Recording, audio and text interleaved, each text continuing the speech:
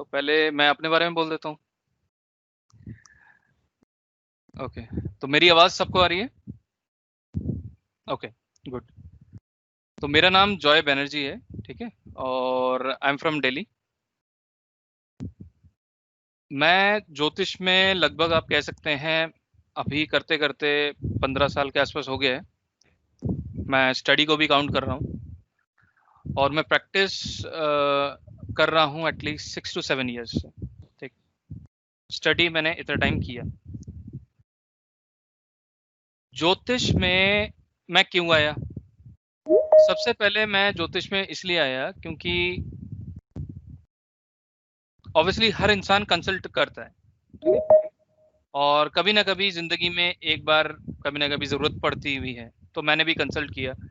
But somehow मुझे कई चीजें काफी ट्रेडिशनल लगी जब भी कोई ज्योतिषी बात करता था, और मुझे पूरी तरह से आई वाज नॉट सेटिस्फाइड। ऐसा नहीं कि आई एम ट्राइंग टू जज anyone, because I don't have any knowledge to judge anyone at that point of time. But still, I believe there are certain things which little bit can be logical, और कुछ चीजें मेरी जिज्ञासा थी, है ना। अगर कोई बोलता था जी आप ये चीज कर लें, तो आई हैव अ क्वेश्चन कि भाई ऐसा क्यों। और ज्योतिष इज ऑल अबाउट कर्मा। अगर कोई कहता है कि भाई karma is not at all connected, it is completely wrong. Okay, jyotish is connected with karma, not only इस जन्म के, it is also get connected from your previous life as well. ठीक है, सिर्फ इतना ही नहीं, आपके माता पिता के कर्म भी इसमें कनेक्टेड होते हैं। इसलिए तो जब हम लाल किताब सीखेंगे, लाल किताब में पितृ ऋण एक बहुत बड़ा एक टॉपिक है, जिसको समझना, जिसकी रेमेडीज को हम समझने की कोशिश करेंगे कि किस तरह से करते हैं, है ना। इसी बेसिक कोर्स में वो सारी चीजें हम कवर करेंगे। तो जब मैं लर्निंग फेज में आया तो मेरे को काफी दिक्कतों का सामना करना पड़ा। क्यों? मैं जो बैकग्राउंड फॉलो करता हूँ, आई एम आईटी इंजीनियर, ठीक है, और by hobby I started this, I am a corporate trainer as well in IT. तो मैं जब पढ़ाता था तो आई हैव सीन कि we are sharing complete knowledge, at least जितना मुझे पता है। और कोई अगर क्वेश्चन करता था, व्हाट वी डू इज हम उसको रिसर्च करते हैं, देखते हैं, we try to find out the answer, then we will provide the answer to the people. ठीक है, बट अगर मैं ज्योतिष की बात करूं, इस लाइन में the people are not willing to share. ये एक बहुत बड़ा मेरे को गैप लगा इस फील्ड में। प्रॉब्ली ये मेरे को और पुश किया टू लर्न द थिंग। और मैं शुरू से ही आई लव टू टीच, तो naturally I love to teach everyone. तो then I have started teaching. पहला जो मैंने क्लास दिया उसमें मेरा एक स्टूडेंट था and he was not aware कि मैं कौन हूँ, but still he started learning and ultimately he learn from me, so that was a good inspiration for me. तो slowly gradually now I have a good student base. तो अभी तक मैं लगभग 300 के आसपास स्टूडेंट्स को पढ़ा चुका हूँ। it represents about Lal Kitab, KP astrology, Vedic astrology, mobile numerology, right? There are different streams which I have already gone through. So now we are here to learn Lal Kitab. This is one of the, I would say, one of the interesting facts on astrology. But इसमें भी कई myths हैं, ठीक है, कई attractions हैं, उससे हमें बचना है इनिशियली। मैं आपको बताऊंगा कि क्यों और कैसे। तो this is a short about myself. So I am from Delhi, so I love to teach, love to learn, and each and every day I am learning. ऐसा नहीं है कि अगर आप मेरे को, आपसे भी मैं बहुत कुछ सीख सकता हूँ। Even from my students I learn so many things daily, because I try to observe, क्योंकि हर इंसान में कुछ ना कुछ बेहतरीन होता है। ठीक है, हर इंसान से आप सीख सकते हो, हर इंसान के अंदर एक पॉजिटिव एनर्जी होती है, and astrology is all about energy transformation, चाहे आप बिलीव करें या ना करें। ठीक है, जैसे कोई मशीन्स आती हैं आजकल to test the aura, so that is happening, right, that is doing something. So everybody is carrying the energy. जिससे भी आप बात करते हो, if that particular person is carrying the positive energy, definitely it is going to help that anybody. Probably आपकी team में, मेरे दूसरे टीम में भी कोई ऐसे स्टूडेंट है जो कि बहुत अच्छा पहले से ही उनको नेचुरली इंस्टिंक्ट्स आते हैं, right? They try to give some good predictions. Initially हमें प्रेडिक्शन के पीछे नहीं भागना चाहिए। ऐसा नहीं कि हम नहीं सीखेंगे, लेकिन हमें नहीं भागना चाहिए। हमें पहले कंसेप्ट को समझना चाहिए। जब भी हम ज्योतिष सीखते हैं, सबसे पहले हम एबीसीडी को सीखेंगे, राइट? उसके बाद हम नेक्स्ट लेवल पे जाएंगे। अगर पहले ही मैं एबीसीडी ना सीखकर, ग्रामर को ना सीखकर एक सोचता हूँ मैं ऐसे लिख लेता हूँ, तो कहीं ना कहीं मैं वहाँ पे I will be falling behind, right? मेरी राइटिंग में वो पावर नहीं रहेगी, स्किल सेट नहीं होगा, और वो quality of writing will be very bad और वेरी पुअर, है ना?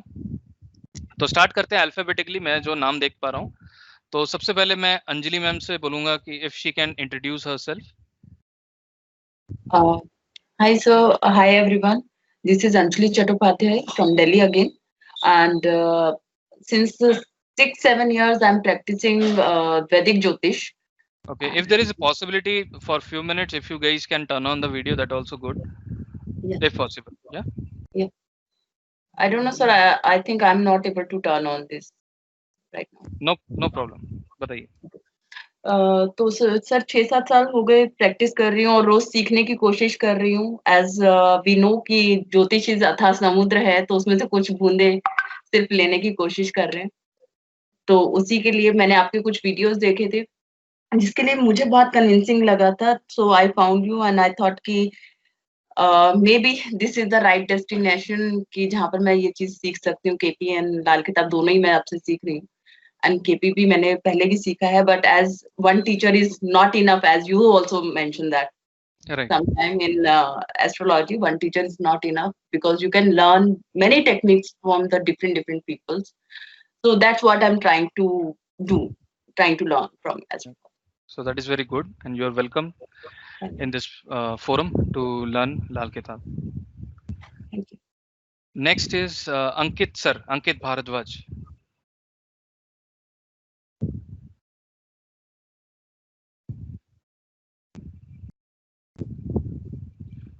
ठीक है, आगे बढ़ते हैं। अंशु मैम,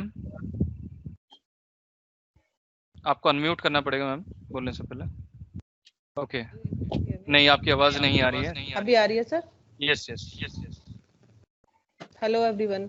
सर मेरा नाम अंशु है, my name is Anshu, and मैं क्रूज लाइन में वर्किंग हूँ फिलहाल यूएसए में। पिछले 5 कॉन्ट्रैक्ट में कर चुकी हूँ। वैसे मुझे 6th स्टैंडर्ड से ही एस्ट्रोलॉजी में बहुत ज़्यादा इंटरेस्ट रहा है और खुद से ही सीख रही हूँ। पिछले 8 साल से तो कर ही रही हूँ। कभी कोई बुक पढ़ ली, कभी कोई बुक पढ़ ली, यूट्यूब से सीख रही हूँ। सेल्फ सीखा है जितना भी सीखा है। एक बार एक इंस्टीट्यूट स्टार्ट किया था, लेकिन 3 और 4 ही क्लास में कर पाई थी। उसके बाद मैं क्रूज लाइन में चली गई थी, तो मुझे टाइम नहीं मिला। This time is very good opportunity because of COVID. That's why I'm doing the job this time. तो मेरे को लगा कि मेरे पास एक सबसे बड़ी अपॉर्चुनिटी है, तो मैं इस अपॉर्चुनिटी को खोना नहीं चाह रही थी सर। और मुझे आपकी वैदिक ज्योतिष में थोड़ा सीखी हूँ। नक्षत्र वगैरह मैंने नहीं करा है खुद से, लेकिन मैंने जितना भी करा है अब तक अब खुद से ही रीड करती हूँ। और मुझे आपकी वीडियो देखी थी एक्चुअली, कोविड-19 में मैं बहुत सारी वीडियोस मैंने देखी हैं उसकी एस्ट्रोलॉजी की। तो मुझे आपका बहुत अच्छा लगा और मुझे लगा कि जो मैंने पढ़ रही हूँ या मैं आगे वैदिक ज्योतिष अगर मैं करती हूँ, तो ये सफिशिएंट नहीं है इस प्रोफेशन में आने के लिए। मुझे लगा कि केपी ज्योतिष जो एस्ट्रोलॉजी है वो भी बहुत हेल्पफुल रहेगा। और लाल किताब की सर मैंने एक बहुत साल पहले 2012 में एक बुक पढ़ी थी, जो मुझे काफी अच्छी लगी थी। बहुत सारे कॉन्सेप्ट मेरे क्लियर हुए थे उससे भी। तो मुझे लगा कि लाल किताब भी मुझे सीखनी चाहिए, क्योंकि रेमेडीज अच्छी हैं सर उसकी बहुत सारी। तो मुझे लगा कि आपसे ये दोनों से कर लूं। और मुझे तो वास्तु भी करना है सर उसके बाद, क्योंकि वास्तु भी इससे कनेक्टेड है। नहीं वो बात ठीक है, लेकिन अभी जो जिमी सर है ना, इन्होंने मेरे वास्तु स्टार्ट नहीं हुआ पहले ही पेमेंट कर दी। मैंने इनको बोला कि भैया रुक जाओ, ठीक है, एक-एक करके चलते हैं। मुझे भी करनी है सर, वास्तु तो करना है सर मुझे। थोड़ा समय आप अपने आप को दें हाँ, और मेरे को भी दें, ठीक है? वही हाँ, आपके पास बहुत तो शॉर्टेज इसलिए है सर, मुझे राइट, करना है लेकिन अभी नहीं। अभी मैं करेक्ट, थोड़ा सा ये दोनों चीजें अपना कॉन्सेप्ट करेक्ट, क्लियर कर लूं, उसके बाद में करूंगी। Correct, thank correct. You so एक-एक मच। करके हम करेंगे, बिल्कुल। Thank you very much for joining. Dinesh Sharma ji. Yes, sir. Sir अपने बारे में थोड़ा बहुत बताएं। हाँ जी, आ रही है आपकी आवाज। गुड इवनिंग सर, मैं पंचकुला में रहता हूँ और मैं फ्रीलांसिंग करता हूँ। मैं ग्रेजुएट सीखा हुआ, मैं ज्वाइन किया हुआ है लोकल यहाँ पे, और मैं लास्ट में। सर आपकी आवाज काफी धीरे आ रही थी, तो मैंने इतना समझ लिया कि आप पंचकुला से बिलोंग करते हैं और आप लाल किताब सीखने के इच्छुक हैं। तो बहुत बहुत धन्यवाद, आपका स्वागत है। अगला चलते हैं गौरव Joshi. Hi, good evening everyone. This is Gaurav. I'm from Chandigarh and I'm also part of the KP batch with Joy sir. Or this is the first time I'm learning Red Book. I'm looking forward for that. Okay sir, thank you for joining. You are welcome. Geetanjali R Saini. नमस्ते sir, सबको नमस्ते। मैं मुंबई से हूँ sir, और मुझे थोड़ा सा हीलिंग और ये ज्योतिष सब बहुत अपनी तरफ खींचता है। तो लास्ट फ्यू वीक्स बैक, दो हफ्ते पहले शायद, मैंने आपका एक वीडियो देखा था and then I thought that I learn Lal Kitab from you, so that is why I am here. You are welcome ma'am, thank you very much for joining. Guru Nayak ji. Hello everyone sir, आवाज आ रही है? जी सर, आपकी आवाज आ रही है। हाँ सर, तो बेसिकली मैं महाराष्ट्र से बिलोंग करता हूँ और मेरे को ऐसा मतलब मेरे ग्रैंडपा ज्योतिष करते थे थोड़े, तो उनसे थोड़ा उन्होंने सिखाया था, लेकिन मैं बैड लक की लास्ट ईयर ही एक्सपायर्ड, तो ज्यादा आगे बढ़ नहीं पाई जर्नी होगी। तो उसके बाद से मैंने बहुत सारे ऐसे जहाँ पे ऑफलाइन ज्योतिष प्रैक्टिस करते हैं उनसे मैंने थोड़ा कांटेक्ट किया सीखने के लिए। तो आधे लोग तो ऐसे हैं जो उनकी सीक्रेट शेयर नहीं करना चाहते, पढ़ाना नहीं चाहते ऐसे, तो कहीं ना कहीं उनको इनसिक्योरिटी है कि प्रोफेशनल में कोई देखना बैठ जाए। और आधे लोग तो ऐसे जो मतलब उनको पढ़ाया हुआ समझ में नहीं आता या फिर कुछ अलग ही टाइप पे वो चल रहे हैं। फिलहाल तो मैंने आपका वीडियो यूट्यूब पे देखा था रिसेंटली, और उसके बाद में मैंने आपका कीपी बैच भी ज्वाइन किया लास्ट एक 2 वीक्स अगो। तो उसके साथ साथ ये लाल किताब का बैच भी अभी आया था आपका, तो आपका केपी का बैच भी बहुत अच्छा, मतलब वो अभी चल रहा है, मेरा इन प्रोग्रेस है, तो उसका भी बहुत अच्छे एक्सपीरियंस है, बहुत अच्छे से एक्सप्लेनेशन आपके हैं, तो थोड़ा सा उसका भी स्टडी चल रहा है मेरा। और उसके बाद साथ ही साथ लाल किताब का भी मैंने ज्वाइन किया था। Thank you sir, you are welcome. एक चीज मैं बताना चाहूंगा, जो ऑलरेडी और भी कोई मीडियम को कर रहे हैं, तो किसी भी मीडियम को हमें मिक्स नहीं करना है, ये चीज़ हमारे दिमाग में अच्छी तरह बिठा लेना है, ठीक है। अगर हम लाल किताब करेंगे तो हम लाल किताब को फॉलो करेंगे, अगर हम केपी करेंगे तो हम केपी को फॉलो करेंगे, किसी भी मीडियम को हम मिक्स नहीं करेंगे, ठीक है। ये चीज़ एक थंब रूल हमें बना के चलना है। चलिए, जयकरण सिंह रावत। सर जयंकर सिंह रावत। हाँ सॉरी सर मैं भी सर दिल्ली से ही हूँ। जी सर, मैं भी सर दिल्ली से ही हूँ सर। मेरे को सर एस्ट्रोलॉजी में सर काफ़ी इंटरेस्ट है शुरू से ही सर, तो छोटा था सर तब से ही था मेरे को। मेरे फादर ने भी सर एस्ट्रोलॉजी कर रखी है, और सर आपका मेरे को सर प्रेजेंटेशन देने का सर तरीका बहुत अच्छा लगा था सर। मैंने आपकी यूट्यूब में वीडियो देखी थी, तो सर मेरे को समझ में आ रहा था सब कुछ, मैंने सोचा सर आपसे करना आगे। चलिए, थैंक यू वेरी मच, आपका स्वागत है। आगे चलते हैं, Jimmy sir. Hello everyone, this is Jimmy. I'm from Toronto, Canada. I'm a current student of Sir. I'm studying KP astrology with him, and he told me a few good things about Law Kitab, so that's why I'm here. I love his way of teaching, the way he teaches, the way he presents things, and even the videos that I saw of him on YouTube is what attracted me to him. And I think whoever hasn't taken his KP course, make sure you take it. It's really good. Short and simple. And the reason I've been coming into astrology is because I've always been fascinated by anything that's occult, anything that's magic, anything astrology related. So I'm here today. So you are welcome, but the thing is, astrology is not magic. Astrology is having certain powers which can resembles like it is a magic, but nothing is magic in the world of astrology. Everything is practical and everything has a proper logic in behind, right? So slowly and gradually we will able to understand how effective astrology is and how powerful astrology is, right? Thank you very much for joining.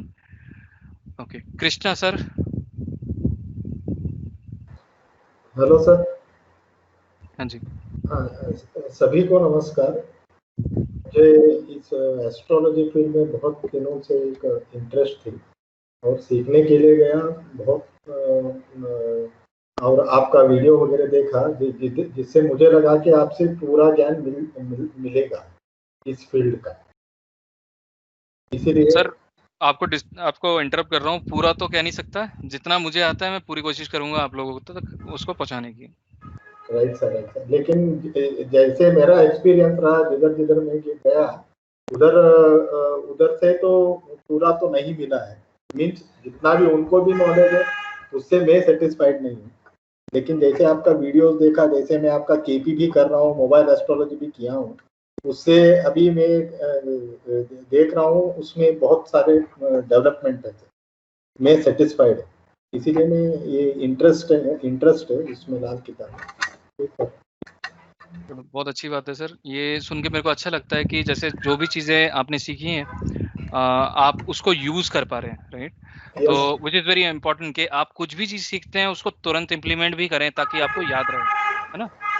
तो ये बहुत important है। So you are welcome sir. और एक add करता हूँ sir, वो mobile astrology की वजह से मैं 4-5 लोगों को देख के बताया था।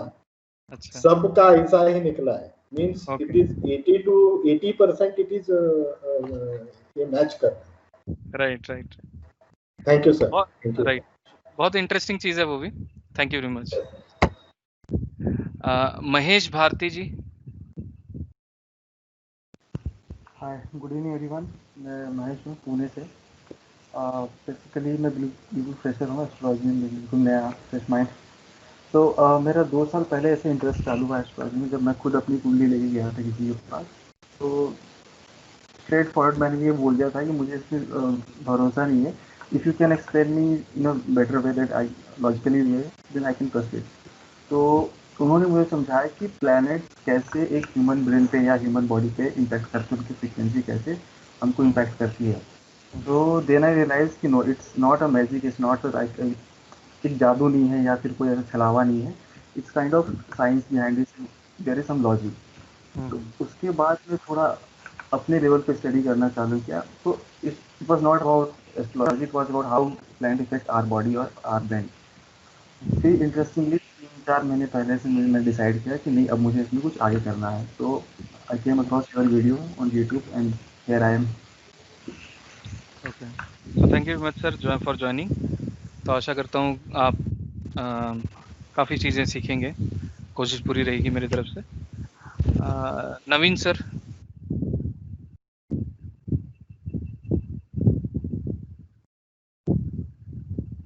सर आपकी आवाज़ नहीं आ रही है। Hi, good evening everyone. Good evening. Hi, मेरा नाम नवीन है और मैं दिल्ली से हूँ। मैंने जॉय सर के साथ लास्ट ईयर केपी का कोर्स किया था, वो मुझे बहुत अच्छा लगा और मैं धीरे धीरे ग्रेजुअली उसमें प्रोग्रेस कर रहा हूँ। जब भी मुझे कुछ तकलीफ होती है तो मैं पहुंच जाता हूँ जॉय सर के पास और ही इज वेरी हेल्पफुल। और नहीं, ये चीज़ ये गलत बोल रहे हैं। मैं I am very bad in responding to the person. even you guys have already experienced it, but I am going to give you 100% when I am there in the class, that is for sure. आपको जो सवाल पूछना है आप पूछ सकते हैं, यहाँ पे कोई भी सवाल के लिए ना नहीं है, लेकिन हम टॉपिक टू स्टिक रहेंगे, ठीक है? और Naveen sir please you can continue. Sorry, but I have a different experience with you, so that's why I was saying that. So there are certain reasons behind it, so I don't want to disclose it right now. That's okay. Right. So when I got to know about this Lal Kitab, so I immediately decided that I need to do this, and I'm here, and I'm very excited to be a part of this session. Sure, Thank you. Thank you very much for joining. You're welcome. Rajesh sir. Good evening, sir. Good evening. Good evening everyone. Sir मैं Punjab Patiala district से हूँ और मेरे लिए तो astrology बिल्कुल new है। Actually मेरे को प्रॉब्लम थी, मेरी डेट ऑफ बर्थ तो ठीक थी लेकिन टाइम रेक्टिफिकेशन करवाया था मैंने, तब से मेरा इंटरेस्ट थोड़ा बन गया उसमें। तो मेरे को पहले डर लगता था कि टाइम ही नहीं है तो कुछ नहीं पता चलेगा, तो मैंने टाइम रेक्टिफिकेशन करवाया और उसके पास मतलब अभी जैसे लॉकडाउन में इंटरेस्ट बनता गया, मैं वीडियोस देखता गया और मैंने आपकी वीडियो देखी और मैंने तभी आपको कॉल कर ली। तभी मैंने आपका केपी का बैच ज्वाइन किया। आपने इंटरेस्ट इतना बना दिया कि लाल किताब पे कोई ना कोई बात हो जाती है, तो मैं रह नहीं पाया। मैं कहा कि चलो अभी पहले इसी को ज्वाइन करते हैं, क्योंकि कोई भी बंदा आता है पहले यही पूछता है, कोई ना कोई रेमेडी मांगता है। अगर वो प्रेडिक्शन में भी बात करते हैं ना, तो सबसे पहले वो पूछता है कि मेरा कुछ भी कर दो, जैसे होता है ना कोई इलाज आता है या रेमेडी आती है। तो उस वजह से इंटरेस्ट और बढ़ता जा रहा है इसमें। अच्छा, thank you very much sir, आपका बहुत स्वागत है। एक चीज ध्यान रखिए कि लाल किताब रेमेडी की किताब नहीं है, ठीक है। सबसे पहले हमें ये बेस समझ लेना है। जो उनके दिल टूटने वाले हैं जिन्होंने सोचा है कि भाई रेमेडी सीखेंगे, लाल किताब रेमेडी की किताब नहीं है, लाल किताब प्रिकॉशन की किताब है, ठीक है। मैं हमेशा उसको सबसे पहले प्रिकॉशन लेवल पे एक्सपीरियंस करने के लिए आप लोगों को कहूँगा, और आप लोग देखेंगे उससे भी बहुत अच्छे रिजल्ट्स आते हैं। क्यों? Precaution is always better than cure, ठीक है। It's a simple line but it is very very effective in practical life, ठीक है। वैसे ही Lal Kitab is having remedy but it is a small portion of it, ठीक है। लेकिन precautions are very important which is the base of Lal Kitab. अभी मैं explain करूंगा लाल किताब है क्या, अभी उस पर मैं आपको एक्सप्लेन करूंगा। तो ये चीज I just want to add. Ramesh Chandra Dev. Ramesh Chandra Desai. Desai, okay sir. I'm from Gujarat actually. Yes sir. And since my actually college career, I have started learning astrology. I have learned Parasari, I have learned Jaimini, I have learned little bit of Nadi astrology. Okay. Then I carried much more part of my life with Krishnamurti Paddhati, 3.5 step theory, 4 step theory, right. Kaspal interlean theory, and this actually Lal Kitab was a remaining thing for me, and I am so much delighted. I have come across so many videos of different mentors on YouTube, and I find you as the best that I should join you only. So I have decided to join you, and I feel very much pleasure to be here with you. Same here sir, thank you very much for trusting on us and you have joined. So I will try to give as value as I can, right? Ravi sir. Hello, good evening everyone. So I'm basically from Pune, Maharashtra.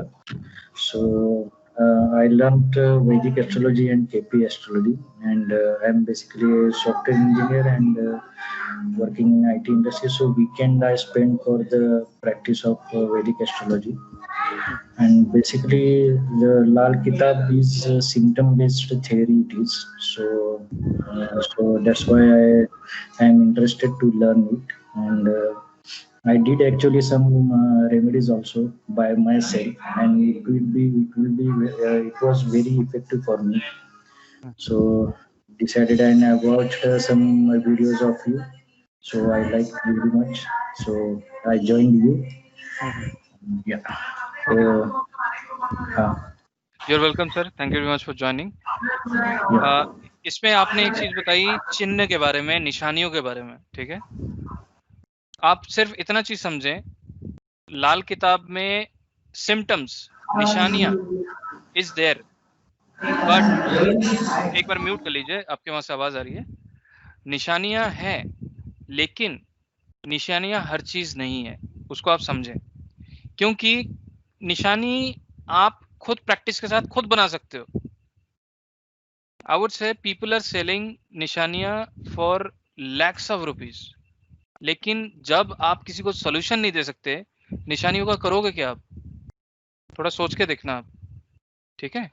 तो निशानियों के पीछे मत भागिए, निशानी आपको करते करते खुद आ जाएगा। मैं भी कुछ चीजें आपको बताता रहूंगा, राइट, लेकिन अब उसके पीछे कभी मत भागना जिंदगी में। वो आपको कभी भी हेल्प नहीं करेंगी to provide a solution to anyone, जो कि मेन रूट है लाल किताब का। मेन रूट क्या है? कर भला तो हो भला। उसमें कभी ये नहीं बोला कि भाई मुझे अपने आप को प्रमोट करना है ना, किसी को इंप्रेस करना है निशानियां बता के। It is only a part of it, you will learn it with your experience slowly and gradually, है ना। उससे अट्रैक्ट होने के पीछे मत भागे। कई लोग हैं अच्छे अच्छे निशानियां याद कर लेते हैं, बोल लेते हैं, लेकिन एक्चुअली में काम नहीं कर पाते, वो भी इंपॉर्टेंट है। Ravi Kiran ji. Good evening, sir. I'm Ravi Kiran from Hyderabad, Telangana. Yes, sir. I done my Vedic course from Telugu University in 2000, and my journey with Joy sir is excellent. I'm already doing a KP course, and I have completed this mobile astrology course, and I want to learn this Lal Kitab. Okay, sir. You are welcome. Thank you very much for joining. Thank you. Ritesh Bablani. Hello, sir. Hello, everyone. My name is Ritesh Bablani, and I belong to a travel background, and I'm working with a corporate. So basically, मेरी यहाँ आने की वजह है कि I do have interest in astrology. काफी time पहले से था, लेकिन मेरे काफी मिथ्स हैं इसको लेकर के। मैंने काफी लोगों को अपनी कुंडली वगैरह दिखाया था, एंड मुझे आज तक कोई ऐसा नहीं मिला जिसने मेरे लिए कोई एक्यूरेट, मुझे लगे कि वो एक्यूरेट प्रेडिक्शन की है। तो कुछ टाइम पहले क्योंकि मुझे इंटरेस्ट है, कुछ टाइम पहले मैंने यूट्यूब वीडियोस देखना शुरू किया, और बस मेरे दिमाग में ये आया कि मुझे अपनी प्रेडिक्शन के लिए शायद इसको खुद सीखना पड़ेगा, क्योंकि मेरे क्वेश्चंस वगैरह बहुत थे और काफी किसी से भी सेटिस्फैक्टरी रिस्पांस मिला नहीं था। तो बेसिकली मुझे यहाँ पे रेफर मेरी सिस्टर ने किया है, who is a part of this class as well. That's it. Sir आपका जुपिटर कहाँ है? सर मुझे इतना अभी पता नहीं है एस्ट्रोलॉजी के बारे में, तो अभी बिल्कुल स्टार्टिंग है। It has been just 2 weeks. इसका जुपिटर शायद 10th हाउस में है। 10th house. Okay. If I'm not wrong, I don't know. I will have to see. चलो कोई बात नहीं, देख लेंगे। ठीक है, अभी मैं बाद में बताऊंगा कि मैंने क्यों पूछा। ठीक है जी। क्योंकि लाल किताब में एक सेक्शन है जिसे कहते हैं काफिया, है ना। मतलब वो क्या होता है कि आप इंसान के फेस को देख के भी आप जज कर सकते हो उनका प्लेनेट कहाँ है। ठीक है, जुपिटर क्या है, इनके चार्ट में कहीं पे भी होगा, अच्छे पोजीशन पे होगा, क्योंकि इनका नाक प्रोमिनेंट है। जुपिटर नाक है। ठीक है सर, आई एम सॉरी, इनका जुपिटर 9th हाउस में है। करेक्ट। तो 9th गुरु का खुद का घर है। खुद का घर है, बिल्कुल। तो ये चीजें आपको धीरे धीरे आएगा समझ। ठीक है, तो रवि सर ने हमारे क्लास में ज्वाइन किया था केपी में। उस टाइम हम डिस्कशन करते करते उनका चार्ट भी हमने करेक्ट किया by only seeing his face. Right Ravi sir? Ravi Kiran. Yes sir, you are right sir. Right. तो बड़ा ही इंटरेस्टिंग है लाल किताब। तो प्रैक्टिस के ऊपर सारा खेल है ये। ठीक है, जितना हम बढ़िया प्रैक्टिस करेंगे उतने ही अच्छे लेवल पे चीजें समझ आएगा। अगर समझ आएगा तो इंटरेस्ट ग्रो होगा, हम कभी बोर नहीं होंगे। राइट। हाँ जी सर। नेक्स्ट चलते हैं। You are welcome sir. Shalini Khanna ji. Good evening everyone. मैं एस्ट्रोलॉजी मुझे बहुत फैसिनेट करती आई है काफ़ी सालों से। मैंने थोड़ा बहुत इधर उधर से सीखने की कोशिश भी की है, वीडियोस बहुत देखती रही हूँ मैं। मुझे लाल किताब बहुत इंट्रीग लगती है। लाल किताब के कुछ ऐसे कॉम्बिनेशंस हैं जो बहुत एक्यूरेसी से बोलते हैं कि ये ग्रह इस घर में बैठा होगा तो इसका ये रिजल्ट होगा। तो मैंने आपका वीडियो देखा जॉय सर, मैंने काफ़ी वीडियो देखा। मैं एक्सरसाइज करती हूँ, वॉक पे जाती हूँ तो वीडियोस ही देखती रहती हूँ, बिकॉज एस्ट्रोलॉजी मेरा पैशन भी है। तो आपका वीडियो बहुत अच्छा था। शायद मैंने आपसे 2-3 बार कॉल करके सवाल भी कोशिश करने की पूछने की, because I wanted to be sure that whether I want to join this class और no, but I am very happy to be a part of this small group and I am really looking forward to learn Lal Kitab like how, you know, I want to learn very well. So you are welcome ma'am. और देखिए अभी हम सबसे बात कर रहे हैं, है ना, ज्योतिष सीखने के लिए सबसे इम्पोर्टेंट है वी डेवलप आवर स्पीच। कोई भी चीज हम कर रहे हैं, it is not a waste of time. Maybe people are thinking कि भाई हम इतनी बातचीत कर रहे हैं, सबसे डिस्कस कर रहे हैं। I want that everybody to speak. Why? Because जब हम अच्छी बातें करते हैं तो हमारा बुद्ध अच्छा होता है। जब हम स्लैंग लैंग्वेजेस मतलब बुरी बातें बोलते हैं और स्लैंग लैंग्वेजेस यूज करते हैं तो हमारा जुबान खराब होता है। उसमें जुपिटर एंड मरकरी 2 ग्रह खराब होते हैं। ठीक है, तो जितना हम अच्छा बोलेंगे, जरूरत पे स्पष्ट बोलेंगे, उतना ही बुद्ध हमारा अच्छा होगा। बिल्कुल।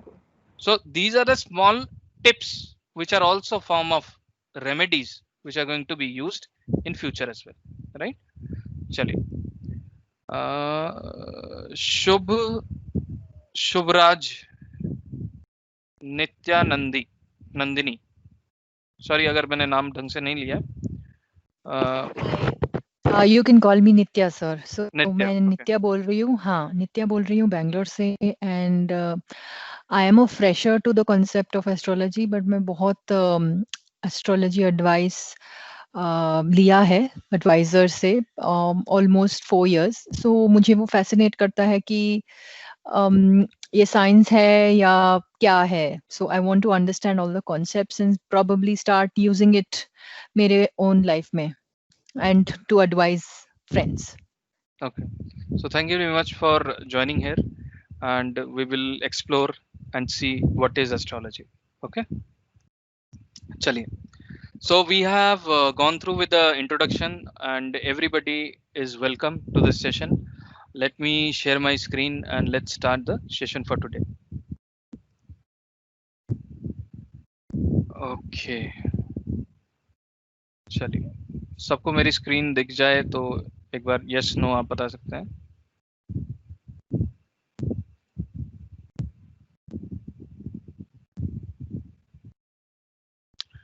Yes sir. Yes sir. Okay. Yes.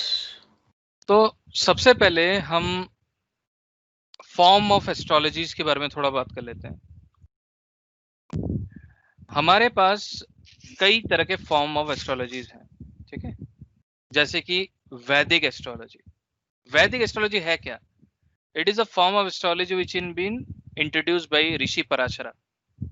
ठीक है, अभी now it's been known as Vedic, क्योंकि हर चीज हम ये मानते हैं भारत में जो भी उत्पत्ति हुई है वो वैदिक शास्त्रों से ही उत्पत्ति हुई है, वेदों से उत्पत्ति हुई है। तो इसलिए वन फॉर्म ऑफ इज वैदिक एस्ट्रोलॉजी। उसके बाद जैसे हमारे साथ सर जुड़े हुए हैं, उन्होंने बताया जेमिनी भी है, नाड़ी भी है। ऐसे ही 90s में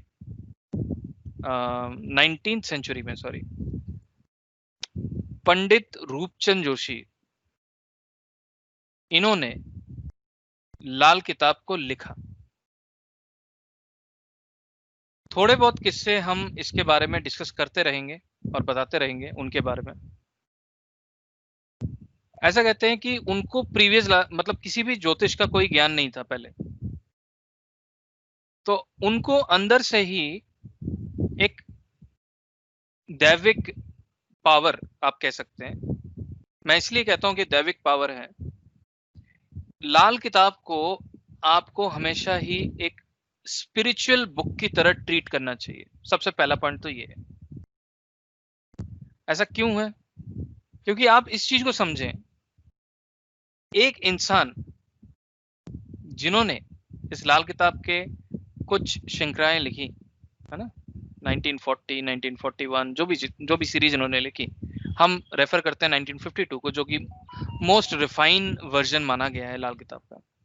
तो उसमें उन्होंने फिजिक्स की बात करी, उसमें उन्होंने केमिस्ट्री की बात करी। हर एक चीज क्या क्या चीजों का मिश्रण करने से क्या इफेक्ट आएगा, इतनी नॉलेज एक लाइफ टाइम में एक इंसान के पास होना, इट इज रियली अमेजिंग। तो मेरा ये मानना है कि दैविक कोई ना कोई शक्ति उनमें जरूर रही होगी, जिसकी वजह से उनको इतनी चीजें इतनी गहराई में पता चले। अगर हम वैदिक एस्ट्रोलॉजी की बात करें, उसका यूज करने का सिस्टम टोटली अलग है। अगर आप लोगों के मन में ये बात आती है कि चलिए मुझे वैदिक एस्ट्रोलॉजी आता है और लाल किताब से मैं रेमेडी सीख लेता हूं या सीख लेती हूं, ऐसा हम नहीं कर सकते, क्योंकि लाल किताब का एक सेट ऑफ रूल्स है। उस रूल्स को जब हम फॉलो करेंगे, उसके बेसिस पे हम कुछ ना कुछ प्रिकॉशंस या रेमेडीज कर सकते हैं, लेकिन वो चीज हम वैदिक के रूल में लगाकर नहीं कर सकते। तो इसलिए वैदिक एस्ट्रोलॉजी टोटली अलग है, लाल किताब एस्ट्रोलॉजी टोटली अलग है, उनको हम मिक्स नहीं कर सकते। वैदिक एस्ट्रोलॉजी में मल्टीपल चार्ट्स होते हैं, जैसे कि D1 चार्ट, जिसे आप नेटल चार्ट कहते हैं या राशि चार्ट कहते हैं। उसके बाद अगर मैं वैदिक एस्ट्रोलॉजी से आगे बढ़ूं, फिर वैदिक एस्ट्रोलॉजी में मल्टीपल डिविजनल चार्ट्स होते हैं। D9 चार्ट, जिसे नवांशा भी बोला जाता है, D10 चार्ट, जिसे दशांशा बोला जाता है। ऐसे करते करते D60 तक चार्ट आपको दिख जाएंगे। तो अल्टीमेटली क्या है, there are multiple divisional charts in Vedic astrology. लेकिन लाल किताब में हम एक ही चार्ट को लेके चलते हैं, जिसे कहते हैं राशि चार्ट। ठीक है, तो उस चार्ट को देख के ही हमें सारी चीजें बोलनी है या सारे एनालिसिस करने हैं। लाल किताब को मैं सबसे पहले कैसे यूज करना शुरू किया, उसमें मैं सबसे बेहतरीन तरीका क्या यूज करता हूं, ग्रह अच्छा है या बुरा है वो देखने के लिए। इनिशियली जब हम ये चीजें देखते हैं वैदिक में, मैं गारंटी के साथ बोल सकता हूं, आज की डेट में इंसान 100% ये नहीं बोल सकता कि भाई ये ग्रह आपका खराब रिजल्ट दे रहा है, जो कि लाल किताब से विद इन फ्यू मिनट्स आज के सेशन के बाद आप बोल दोगे ये ग्रह खराब है। This is one of the biggest power of Lal Kitab, कि ग्रह के अंडरस्टैंड, आपको एक ग्रह को समझना है कि क्या वो अच्छा है, अच्छा फल दे भी रहा है या नहीं।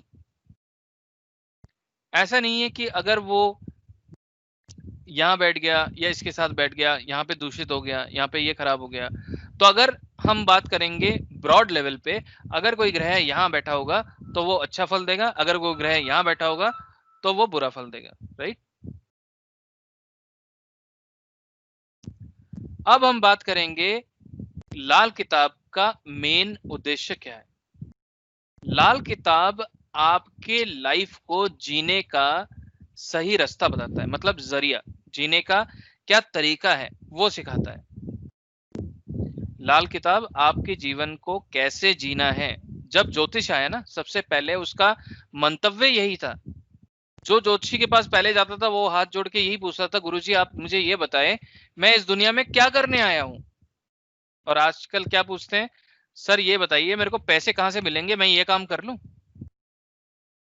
तो आप इस चीज को समझें कि लाल किताब ये समझाता है कि आपको जीवन जीना कैसे है, आपका रहन सहन कैसा होना चाहिए, आपको क्या काम किस वक्त नहीं करना चाहिए, आपको क्या काम किस वक्त करना चाहिए। ये सारी चीजें बताई गई हैं। लाल किताब में एक और चीज बहुत बेहतरीन बताई गई है। आप सोचें, लाल किताब हस्त रेखा से उत्पत्ति हुई है ना, मतलब सामुद्रिक शास्त्र बोला गया है इसको, हस्त रेखा को सामुद्रिक शास्त्र बोला गया है। और जो भी रेखाएं हैं उनको नदी नालों का रूप दिया गया है, नदी नाले समुद्र। तो आप इतना समझें कि कोई नहर है, फॉर एग्जाम्पल कोई नहर है, उस नहर में पानी बहते बहते पानी रुक गया है, कोई पत्थर आ गया, तो आप क्या कर सकते हैं, उस पत्थर को हटा देंगे तो पानी का फ्लो धीरे धीरे दोबारा वैसा हो जाएगा। या कोई ऐसा है कि आपको पता है कि हाँ कई सालों से वो पानी रुका हुआ है, वहां पे बहुत बड़ा एक पत्थर गिरा हुआ है, तो उस पत्थर को आप हटा देंगे, वो नदी शुरू हो जाएगी और यहां तक पानी आ जाएगा। लेकिन अगर नदी सूखी हुई है तो आप पानी पैदा नहीं कर सकते। This is one of the limitation of Lal Kitab remedies. ठीक है, छोटे फॉर्म में मैं समझाने की कोशिश कर रहा हूं कि हर चीज पॉसिबल नहीं है। अब जब लाल किताब के रूल्स को पढ़ोगे तो आपको ये पता चल जाएगा कि हम कितने लिमिटेड हैं। आपको पता है कि ये ग्रह को मुझे इस यहाँ पे मैं मूव कर सकता हूं तो उसका ये फायदा मिलेगा, लेकिन अगर मैं यहाँ पे मूव कर दूंगा तो उससे क्या इंपैक्ट होगा वो आपको पता चलने के बाद आप शायद उसको ना मूव करो। आप कई ऐसे एस्ट्रोलॉजर हैं लाल किताब में जो आपको 51,000 रुपए चार्ज करेंगे, आपको सोल्यूशन दे देंगे तुरंत, लेकिन आपको ये नहीं पता चलेगा कि आपके घर में आपके पिताजी की तबीयत क्यों खराब हो गई, आपकी वाइफ की हेल्थ क्यों खराब हो गई उस रेमेडी करने के बाद, लेकिन आपकी जो चीज थी वो सॉल्व हो गई। राइट? तो ये चीजें भी जानना बहुत जरूरी है कि क्या चीज हमें करना चाहिए, क्या चीज हमें नहीं करना चाहिए।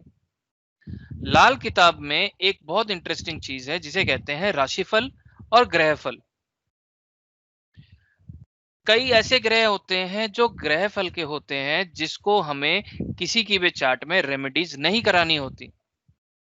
अगर उनको हमने रेमेडी करा दी तो आपकी कुंडली में वो ग्रह खराब हो जाएंगे। तो ये सारी चीजें हम इस कोर्स के अंदर समझेंगे कि लाल किताब कितना पावरफुल है, क्या चीजें हमें करनी चाहिए, क्या चीजें हमें नहीं करनी चाहिए, जिससे एटलीस्ट अगर हम किसी की भला ना कर सकें, नुकसान तो ना करें। राइट? चलिए,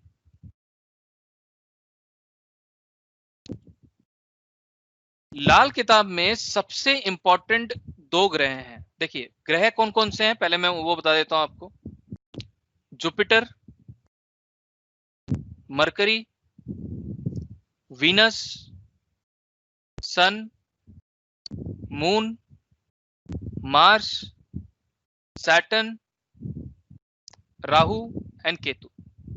ठीक है, जुपिटर को एंड मरकरी को सबसे इंपॉर्टेंट प्लैनेट माना गया है लाल किताब में, जुपिटर एंड मरकरी। अगर हम कहें तो जुपिटर पिता है और मरकरी लड़का है। जुपिटर नॉलेज है एंड मरकरी इज इंटेलिजेंस है। अगर आप वैदिक जानते हैं तो वैदिक में यह माना गया है जुपिटर जो बुध है वो जुपिटर की स्त्री और चंद्रमा के मिलन से बुध का उत्पत्ति हुई है, ये मानना। तो आप ये समझें कि बुध को जुपिटर पसंद नहीं है, तो बुध कहीं ना कहीं जुपिटर को पसंद नहीं करता है। तो इन दोनों की दोस्ती तो बिल्कुल नहीं है। ठीक है, मतलब जुपिटर एंड बुध की मित्रता बिल्कुल नहीं है। तो जुपिटर को हवा माना गया है, एयर, और बुध में शक्ति है जो एयर को रोक सके। फॉर एग्जाम्पल आप सोचे कि आप गाड़ी में बैठे हैं, बाहर धूल मिट्टी उड़ रही है, आंधी आ गया, तो आपने शीशा ऊपर कर लिया। तो जैसे ही आपने शीशा ऊपर किया तो क्या हुआ, आपने उस हवा को अंदर आने से रोक दिया। तो बुध जो है वो किसी भी ग्रह को बांधने की शक्ति रखता है। जुपिटर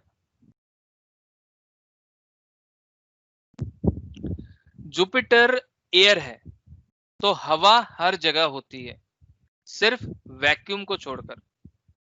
वैक्यूम जो है वो मरकरी है। मरकरी एक गोलाई है। अगर जैसे मैंने ये भी देखा है कि कई लोगों के घर में जाते हैं जो लाल किताबी होते हैं और उनको अगर किसी की रेमेडी करानी है ना, वो क्या करते हैं कि भाई गोल बिस्किट खिला देंगे आपको। तो बुध की रेमेडी आपके ऊपर ही हो गया और आपको पता नहीं चला, आपके चाय के साथ आपने बिस्किट खा लिया। तो ऐसे भी लोग करते हैं। किसी को शनि का उपाय करना है, काली चाय पिला दी, आपके घर आए अब आपको काली चाय पिला दी, आज दूध नहीं है जी। तो ऐसी चीजों से भी आपको बचना है। आप बचोगे कैसे, जब आपको पता होगा। राइट?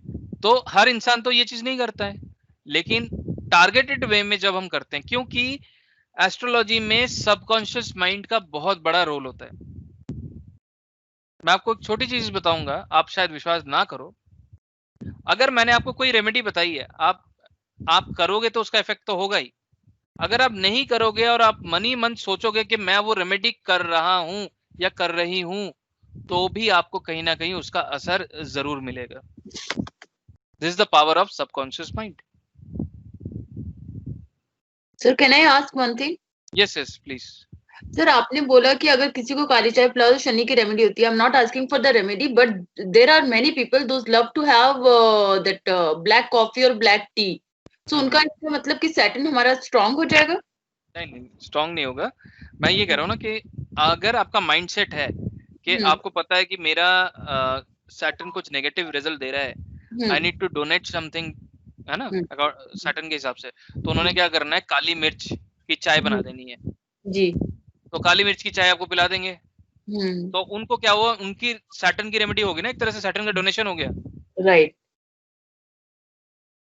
तो वो अपना जो नेगेटिव एनर्जी है उस प्लेनेट की, वो आपको दे रहे हैं वो। Right sir. राइट। तो इसका मतलब ये नहीं कि अगर आप कोई प्लेनेट की चीजें इनहेल कर रहे हो तो वो आपको पॉजिटिव हो रहा है। बट उसका सर कुछ तो इम्पैक्ट होता होगा ना हमारी बॉडी पे? बिल्कुल होगा। कोई भी ग्रह एक्टिवेट करने के लिए हम क्या करते हैं, ग्रह को लगन में ले आते हैं जी।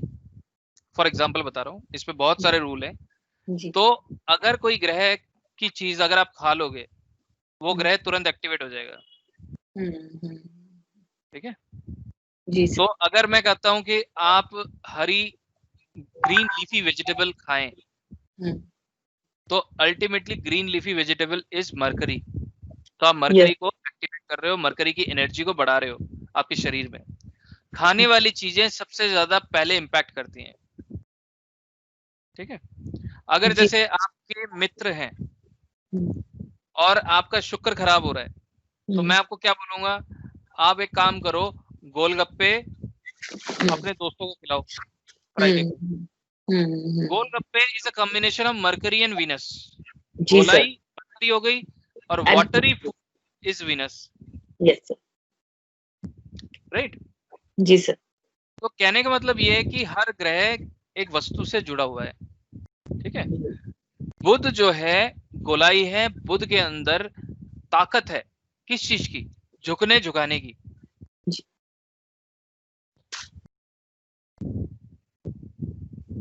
ठीक है, बुध जो है झुकने झुकाने की ताकत रखता है।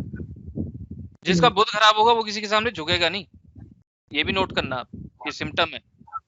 जी सर, मेरे घर में 2 लोग हैं।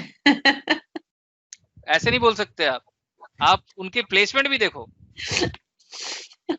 ठीक है, तो जो इंसान नहीं झुक सकता तो उसका बुध में कहीं ना कहीं कमी है। और भी सिम्टम बताऊंगा मैं, जैसे सूंघने की शक्ति किसी की कम है तो बुध खराब है।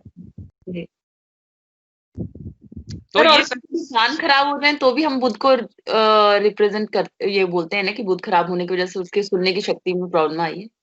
क्या खराब होता है? तो सर कान जी, वो भी बुध है लेकिन उसके कॉम्बिनेशन में केतु भी आता है। ठीक है, वो भी बात करेंगे धीरे धीरे। अभी आप इतना समझें कि Mercury is round and it has a power to control Jupiter. Mercury is a planet जो कि सबसे अनप्रिडिक्टेबल प्लैनेट है लाल किताब में।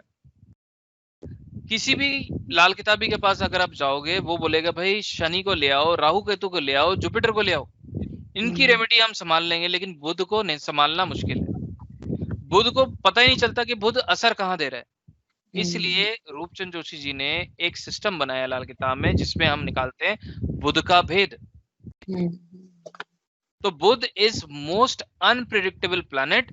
अगर वो खराब हो रहा है, उसको सही करना नियर टू इम्पॉसिबल हो जाता है। जिसकी बुध खराब होगा उसकी जुबान भी खराब होगी, जैसे कि अभी हम चर्चा कर रहे थे। ठीक है, तो अभी हम उस पर बात करेंगे। तो मोर ओवर आप ये समझें कि Jupiter is most powerful planet in Lal Kitab and Mercury is also most powerful planet in Lal Kitab ये दोनों प्लैनेट जो हैं पूरी जिंदगी को आपको चला रहे हैं, जुपिटर एंड मरकरी। पृथ्वी का जो गोलाई है उस गोलाई को भी बुध माना गया है, और उस बुध से जो बाहर है आकाश, आकाश को किसने बांध रखा है? आकाश इज जुपिटर जी। और आकाश को बांध रखा है जुपिटर ने, बुध ने, मरकरी ने। उससे बाहर जो है वो उसे आकाश गंगा बोला जाता है, वो आकाश नहीं है, राइट।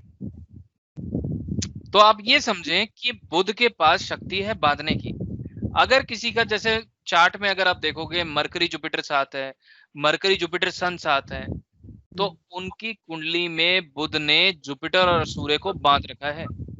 उनको जो भी लाइफ में प्रोग्रेस मिलेगा आप चेक करना 34 साल के बाद ही प्रोग्रेस मिलना शुरू होगा, राइट।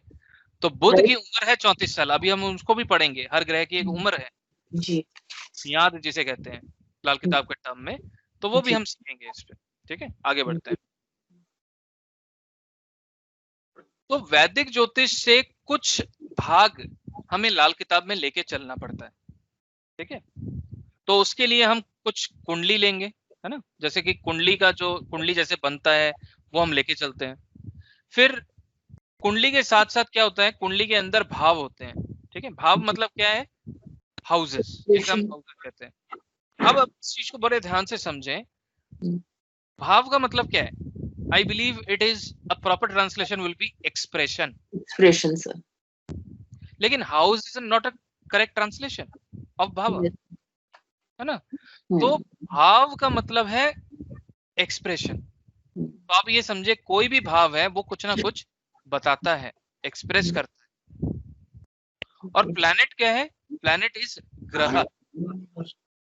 म्यूट कर लीजिए, आवाजें आ रही है। प्लैनेट इज ग्रह। ग्रह मीन्स अब ऑब्जेक्ट इसके पास ग्रास्पिंग पावर हो, कंट्रोलिंग पावर हो, जिसमें ग्रहण करने की शक्ति हो। तो ग्रह is the correct word of a planet, जिसे ग्रहण करने की शक्ति। तो एक ग्रह के ऊंच और नीच मतलब क्या है?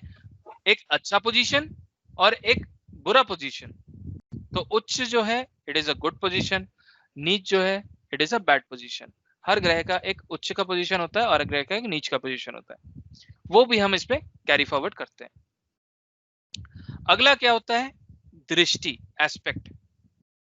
लाल किताब में दृष्टियां एकदम अलग हैं जो वैदिक ज्योतिष में है, लेकिन यहाँ पे भी दृष्टियां हैं, वो भी हम सीखेंगे कि भाई दृष्टियां कैसे करनी है। अगली चीज आती है योग। तो योग जो है वो भी लाल किताब का अंग है, लेकिन योग में भी लाल किताब के अलग अलग योग होते हैं, वो भी हम इसमें सीखेंगे कि किस तरह के योग होते हैं। अब आप समझें, ये एक प्लेन कुंडली है, ठीक है। हर कुंडली को हम काउंट कैसे करते हैं? इस तरह से करते हैं। आप ये समझें, ये एक नॉर्थ इंडियन चार्ट है, ठीक है, नॉर्थ इंडियन कुंडली है। इसमें सबसे पहला घर इसे नंबर 1 कहते हैं, और ये कैसे घूमता है? एंटी क्लॉकवाइज, ठीक है। ये नंबर 1 है तो ये नंबर 2 है। ये जो मैं लिख रहा हूं इसको आप ये समझें कि ये भाव है, ठीक है। Number 1 first house, second house, इसके बाद हम लगेंगे नंबर 3 थर्ड हाउस, 4th, 5, 6, 7, 8, 9, 10, 11, 12। अब हमें इतना समझ आ गया कि 1 से लेके 12 भाव होते हैं, और उसको काउंट हमें करना होता है एंटी क्लॉकवाइज, राइट। लाल किताब में हमारे पास यही एक फिक्स लगन भी होता है। कहने का मतलब क्या है कि ये भी एक राशियां भी हैं। मतलब पहला नंबर इज एरीज, दूसरा नंबर इज टॉरस, तीसरा नंबर जेमिनाई, चौथा नंबर कैंसर, पांचवा नंबर लियो, छठा number Virgo, 7th number is Libra, 8th number is Scorpio, 9th number is Sagittarius, 10th number is Capricorn, 11th number is Aquarius, 12th number is spices. तो 12 राशियां भी हो गई है। अभी आप लिखना नहीं, अभी आप चीज समझें, ठीक है। जो नए हैं प्रॉब्ली वो सोच रहे हो कि चलो हम लिख लेते हैं, आपको रिकॉर्डिंग मिलेगी, आप आराम से बैठ के उसको नोट्स बनाइए बाद में, लेकिन अभी आप समझिए, कोई सवाल होगा तो पूछिए, ठीक है। अब हमें क्या करना है, हमने हाउसेस समझ लिए, ये एंटी क्लॉकवाइज चलता है। हमने राशियां समझ ली, number 1 is Aries, number 4 is Cancer, number 5 is Leo, number 10 is Capricorn, number 12 is Pisces. अब हर राशि का एक मालिक होता है, अब उसको याद कैसे करें, उसके लिए एक छोटा सा फॉर्म हम करेंगे। सबसे पहले एक परिवार को चलाने के लिए हमें ये पता है कौन होता है, एक माता और एक पिता। तो जहां पे 4 नंबर है वहां पे आप मून लिख लीजिए, moon represents mother and sun represents father. अब आप सोचें कि इन दोनों के 2 लड़के हैं, तो एक लड़का मदर को प्यारा है, माता को, और एक पिता को प्यारा है। तो इसका मतलब नंबर 3 एंड नंबर 6 ये दोनों sign is owned by Mercury, number 4 is owned by is moon, number 5 is owned by sun. अब ये लड़के जब बड़े हो गए, इनका विवाह भी कर दिया, तो एक बीवी इसकी वीनस, एक बीवी इसकी शुक्र। तो इसका मतलब टॉरस साइन का मालिक शुक्र, लिब्रा साइन का मालिक शुक्र। अब बीवी जब सुंदर होगी तो तब बुध को क्या करना पड़ेगा, एक अच्छा सा बॉडीगार्ड लेना पड़ेगा सिक्योरिटी के लिए। तो बॉडीगार्ड हमें चाहिए, तो यहां पे एक मार्स लिख दें यहां पे, और यहां पे एक मार्स लिख दें फॉर सिक्योरिटी एंड प्रोटेक्शन। तो इसका मतलब एरीज साइन जो कि नंबर 1 है उसके मालिक मंगल हो गए, और नंबर 8 जो है जो स्कॉर्पियो है उसके भी मालिक मंगल हो गए। अब शुक्र और मंगल के बीच में कुछ अपने ना हो जाए, है ना, मतलब कोई रिलेशनशिप ना हो जाए, इसलिए हमने एक न्यायकर्ता या आप कहें सलाहकार लगा दिया। तो सलाहकार इज जुपिटर, तो एक जुपिटर यहां लगा दिया हमने, एक जुपिटर यहां लगा दिया, तो जो कि हमेशा ये इससे सलाह लेके काम करेगा। फॉर एग्जांपल अब ये बॉडीगार्ड और सलाहकार आपस में कोई सेटिंग ना कर लें, इसलिए हमने एक न्यायाधीश यहां बिठा दिया इनके साथ और एक न्यायाधीश यहां बिठा दिया। तो इसका मतलब आप ये समझें, number 10 which is Capricorn which is owned by Saturn, number 11 Aquarius that is owned by Saturn, number 12 और number 9 it is owned by Jupiter, number 9 है Sagittarius, number 12 है Pisces। तो इस तरह से आपको ये ग्रह के मालिकों का मतलब जो भी राशियों का मालिक है वो आपको याद होगा। तो इसका मतलब नंबर 1 जो है उसका मालिक मंगल है, नंबर 2 का मालिक है वीनस, नंबर 3 का है मरकरी, नंबर 4 का है मून, नंबर 5 का है सन, नंबर 6 का है मरकरी, नंबर 7 का है वीनस, नंबर 8 का है मार्स, नंबर 9 का है जुपिटर, नंबर 10 का है सैटर्न, नंबर 11 का है सैटर्न एंड नंबर 12 का है जुपिटर। इसमें कोई क्वेश्चन है किसी का? आशा करता हूँ ये सबको पता होगा, जिसको नहीं पता उसको समझ आ गया होगा। किसी को कोई क्वेश्चन है? चलिए, अब बात होती है कि हम लाल किताब क्यों करें। तो उसमें थोड़ा बहुत मैंने लाल किताब के बारे में आपको बता दिया कि लाल किताब में हम क्यों और क्या कर रहे हैं, ठीक है। अब लाल किताब की कुंडली बनती कैसे है उस पर बात करते हैं। तो आप में से कोई भी अपना कोई भी एक जना, ठीक है, अपना कुंडली बताइए। सबसे पहले नाम बताएंगे और कुंडली बताएंगे। सर मैं बताऊं? हाँ बताइए, नाम बताइए। सर जयंकर सिंह रावत। हाँ बताइए। सर 7 अगस्त 1998। नहीं, सिर्फ आप लगन बताइए, राशि। अच्छा सर, धनु राशि सर 9। हाँ जी, एक बैक करता हूँ मैं।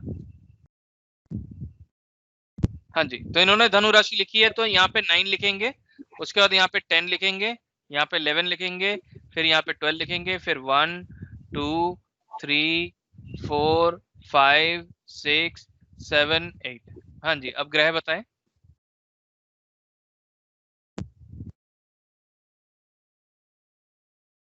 आपकी आवाज नहीं आ रही है।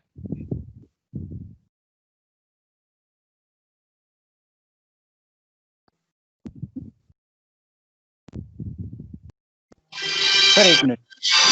हाँ सर। हेलो। हाँ जी, बताइए। सर मेरा मून 2nd हाउस में है। मून 2nd हाउस में है। केतु 3rd में है। केतु 3rd में है। जुपिटर 4th में है। जुपिटर 4th में है।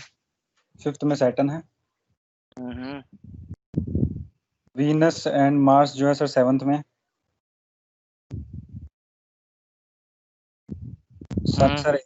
सन सर 8th में है। राहु और मरकरी सर 9th में। ठीक है, अब ये कुंडली बन गई। ये कौन सी कुंडली बनी? वैदिक की।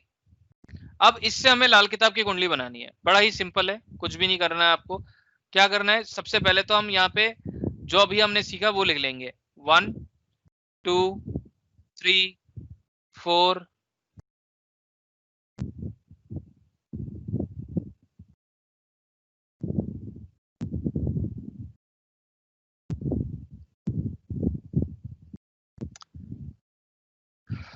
5 6 7 8 9 10 11 12। ठीक है, तो इसका मतलब क्या हुआ कि नंबर 1 से लेके हमने 12 तक ऐसे लिख लिया सबसे पहले।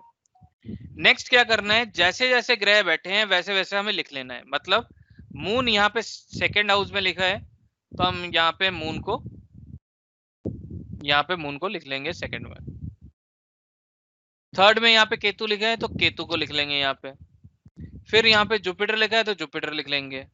फिर यहाँ पे सैटर्न लिखा है, तो सैटर्न लिख लेंगे।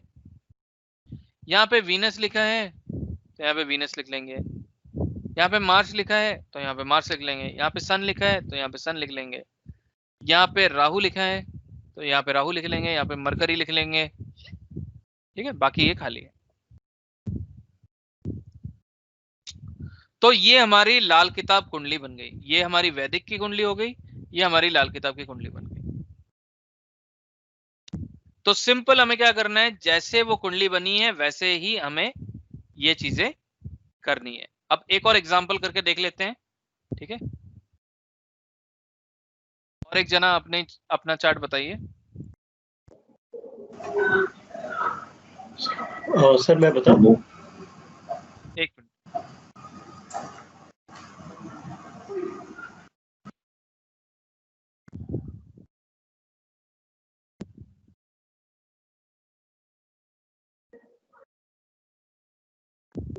हाँ जी, बताइए, नाम बताइए पहले। सर रितेश। हाँ जी, बताइए।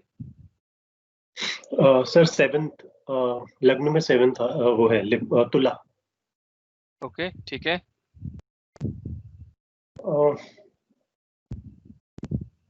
सर इसमें फिर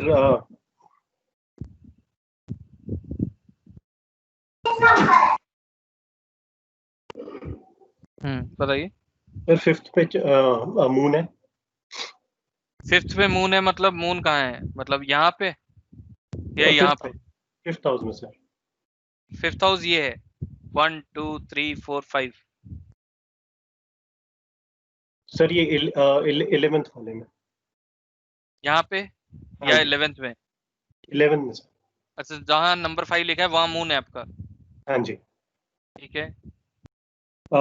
उसके बाद सर 6 पे केतु है। यहाँ पे केतु है? हाँ जी। ठीक है, तो फिर यहाँ पे राहु होगा। राहु सर इसमें मेरा 12वें हाउस में राहु। 12वें हाउस में नहीं है, 12वीं राशि में है। बताइए, आगे बताइए। 12वीं राशि में। हाँ जी, बताइए। और उसके बाद सर उसके बाद मेरा मंगल और बृहस्पति इसमें है 9th हाउस में। 9th हाउस मतलब यहाँ पे? हाँ जी। अच्छा ठीक है जी। 10th में सर शुक्र और शनि है। शुक्र और शनि, हाँ जी। ठीक है जी। 11th में सर सूर्य और बुध। अच्छा 11th में मून भी है और सूर्य बुध भी है। मून सर इसमें नहीं है, मून में यहाँ इसमें पे बोल सर, रहे हो, यहाँ पे? हाँ जी। अच्छा आप ना थोड़ा गलत बता रहे हो, मैं भी दोबारा बताता हूँ। देखो सूर्य बुध यहाँ है आपका, राइट? हाँ जी। नहीं सर, यहाँ पे जहाँ अभी आप लिख रहे हैं यहाँ पे चंद्र है। 5th है ना सर, ये चंद्र है यहाँ पे। अच्छा वही तो मैं आपसे पहले पूछ रहा था। चलो कोई बात नहीं। तो जहां मैं लिख रहा हूं वहां पे आपका मून है, राइट? मून है सर। और यहाँ पे सन एंड मरकरी है, करेक्ट? Yes yes. ठीक है, तो अब इनका ये चार्ट बन गया। ठीक है, अब हमें क्या करना है, इसकी लाल किताब की चार्ट बनाना है। तो उसके लिए क्या करना पड़ेगा, यहाँ पे हम 1 लिखेंगे, 2 लिखेंगे, 3, 4, 5, 6, 7, 8, 9, 10, 11, 12। अब क्या करना है, जैसे जैसे ये कुंडली है वैसे वैसे हम लिख देंगे। पहला घर खाली, दूसरा घर खाली, तीसरा घर खाली, चौथा घर खाली। उसके बाद 5वें घर में मून है, तो यहाँ पे मून लिख दीजिए। 6ठे घर में राहु है, राहु लिख दीजिए। 7वां घर खाली, दूसरा घर खाली, 8वां घर खाली। 9वें घर में मंगल और गुरु है, तो यहाँ पे मार्स लिख दीजिए। फिर जुपिटर लिख दीजिए, यहाँ पे वीनस लिख दीजिए, और यहाँ पे सैटर्न लिख दीजिए। यहाँ पे सन लिख दीजिए, और यहाँ पे मरकरी लिख दीजिए, और यहाँ पे केतु लिख दीजिए।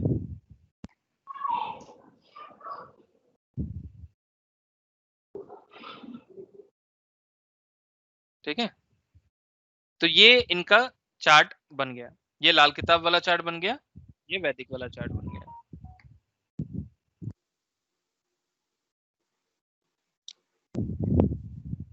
सर, हाँ जी।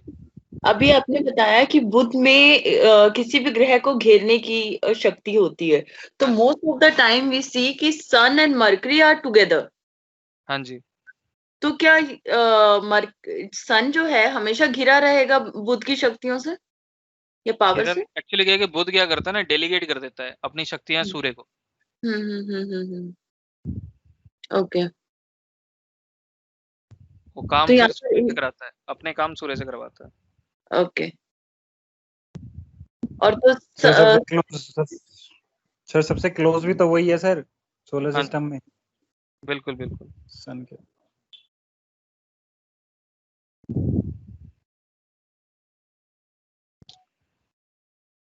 ठीक है, तो इतना आप समझे कि इस तरह से कुंडली बन रही है। ये क्लियर हुआ सबको? पहला घर जो होता है ना, पहला घर मोस्ट इंपॉर्टेंट हाउस होता है। लाल किताब में यह माना गया है जिसका पहला घर खाली, वो इंसान अपनी किस्मत नहीं लेके आया है, अपनी किस्मत साथ नहीं लाया है। उसको हर चीज मेहनत के साथ ही मिलनी है, आसानी से कुछ नहीं मिलना उसको, जिसका पहला घर खाली है। ठीक है, जैसे पिछले चार्ट में भी हमने देखा जिसमें पहला घर खाली था, फर्स्ट हाउस। इस चार्ट में भी पहला घर खाली है। ठीक है, चलिए आगे बढ़ते हैं। अब हम समझते हैं, लेकिन कई बार ऐसे ग्रह मिल जाते हैं हमें जो हमारे सबसे अच्छे पोजीशन में बैठे हैं, जिसको हम कहते हैं उच्च का ग्रह। और ऐसा भी कोई होता है जो ग्रह बहुत ही बेकार पोजीशन में बैठा है, जिसे हम कहते हैं नीच का ग्रह। तो अब समझते हैं कि उच्च का ग्रह कौन सा है, नीच का ग्रह कौन सा है। तो यहाँ पे मैं पहले सबसे पहले नंबर लिख लेता हूं ताकि आप लोगों को क्लियर हो जाए। 1 2 3 4 5 6 7 8 9 10, 11, 12। यहाँ पे भी लिख लेते हैं 1, 2, 3, 4, 5, 6, 7, 8, 9, 10, 11, 12। अब पहले घर में ये पहले उच्च का टेबल बन रहा है हमारा, ठीक है। पहले घर में सूर्य उच्च का होता है, ठीक है। सबसे पहले हम बात करेंगे बंद मुट्ठी की। बंद मुट्ठी मतलब क्या है? केंद्र। केंद्र मतलब क्या है? 1, 4, 7, 10। इसको बंद मुट्ठी बोला गया है और उससे बाहर जो है उसे खुली मुट्ठी बोला गया है। तो सबसे ज्यादा स्ट्रांग बंद मुट्ठी को माना गया है, ठीक है। तो सबसे पहले हम बंद मुट्ठी के उच्च ग्रह को लिखते हैं। पहले घर में सूर्य, चौथे घर में जुपिटर, सातवें घर में शनि, 10वें घर में मंगल, ठीक है। पहले घर में सूर्य, सातवें घर में शनि, चौथे घर में जुपिटर, 10वें घर में मंगल।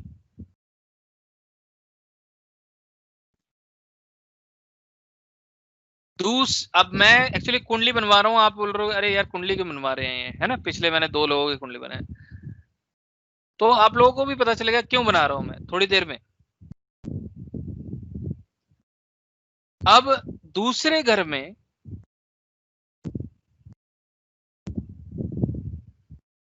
चंद्रमा, ये अब बंद मुट्ठी के बाहर बात कर रहे हैं हम, ठीक है। दूसरे घर में चंद्रमा, तीसरे घर में राहु, छठे घर में बुध,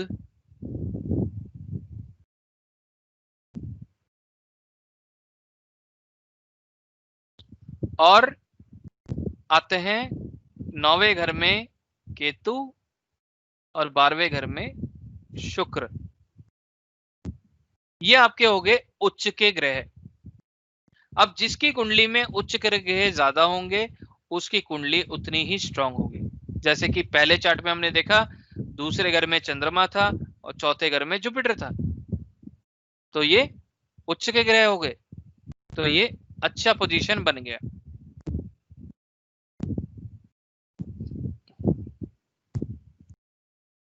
अब हम बात करेंगे कि नीच के ग्रहों की।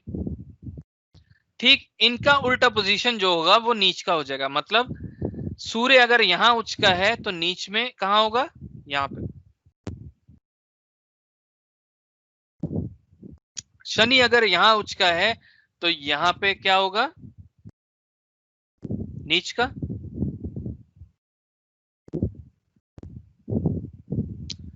मंगल अगर यहां उच्च का है तो यहां पे क्या होगा? नीच का। और जुपिटर अगर यहां उच्च का है तो यहां पे क्या होगा? नीच का।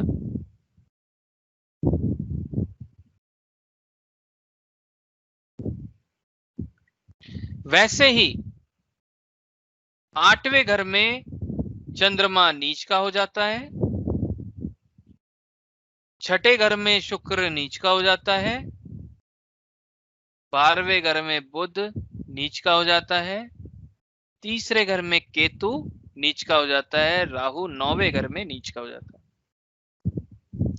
ये one of the important thing है जो आपको याद रखना जरूरी है कि पहले घर में कौन उच्च का है, दूसरे घर में कौन उच्च का है, तीसरे घर में कौन उच्च का है, चौथे घर में कौन उच्च का है। बंद मुट्ठी में कौन कौन उच्च के हैं, खुली मुट्ठी में कौन कौन उच्च के हैं। एक चीज याद कर लोगे तो उसका ऑपोजिट नीच के हो जाते हैं वो। अब उच्च होता क्या है?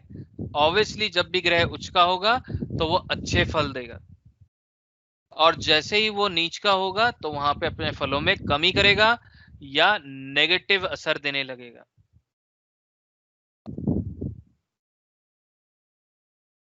ठीक है, जैसे कि पहले चार्ट में हमने देखा मून एंड जुपिटर उच्च का है लेकिन केतु नीच का हो गया। अब एक टिप दे रहा हूं, नोट करें, कभी भी उच्च के ग्रह और नीच के ग्रह को डायरेक्ट ना छेड़ें। ठीक है, कभी भी उच्च के ग्रह को या नीच के ग्रह को डायरेक्ट नहीं छेड़ना है हमें।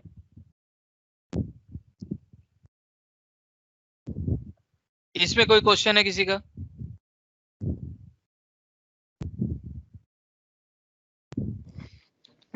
Sorry, I got a quick question here. बताइए। So sun is good in Aries and bad. You can say the same thing about signs too. Sun is exalted in Aries and bad Yes. in. If we are representing the signs, generally Lal Kitab is not having the signs. They have signs, but we don't have that much importance of signs. Okay. But yes, we fix the signs in Lal Kitab. So that means number 1 is always be in the number 1 house. Okay. Okay. So in Vedic, if you say, okay, if sun is in Aries and it is in 5th house, then also sun is treated as exalted. Uch means exaltation. Neech means debilitation. Right? Yeah. So in Lal Kitab आप ये समझें कि जो सूर्य है या कोई भी राशि है वो फिक्स है, वो मूव नहीं होगी। राशि का भी महत्व लाल किताब में है, लेकिन उसका कम है, उसको हम दूसरी तरह से यूज करेंगे, सीखेंगे उसको कैसे करना है। अभी आप इतना समझें कि राशि फिक्स है, हाउस फिक्स है लाल किताब, और जहां सूर्य लिखा है वहां पे हमेशा सूर्य उच्च का होगा। अब इसमें एक हिडन सीक्रेट बताता हूं। पहला घर खाली, पहला घर किसका है? कौन मालिक है पहले घर का? मार्स है सर मालिक। मार्स मालिक है। तो आप ये समझें कि पहला घर जो मालिक है, जमीन मंगल की है और घर बना रखा है सूर्य ने।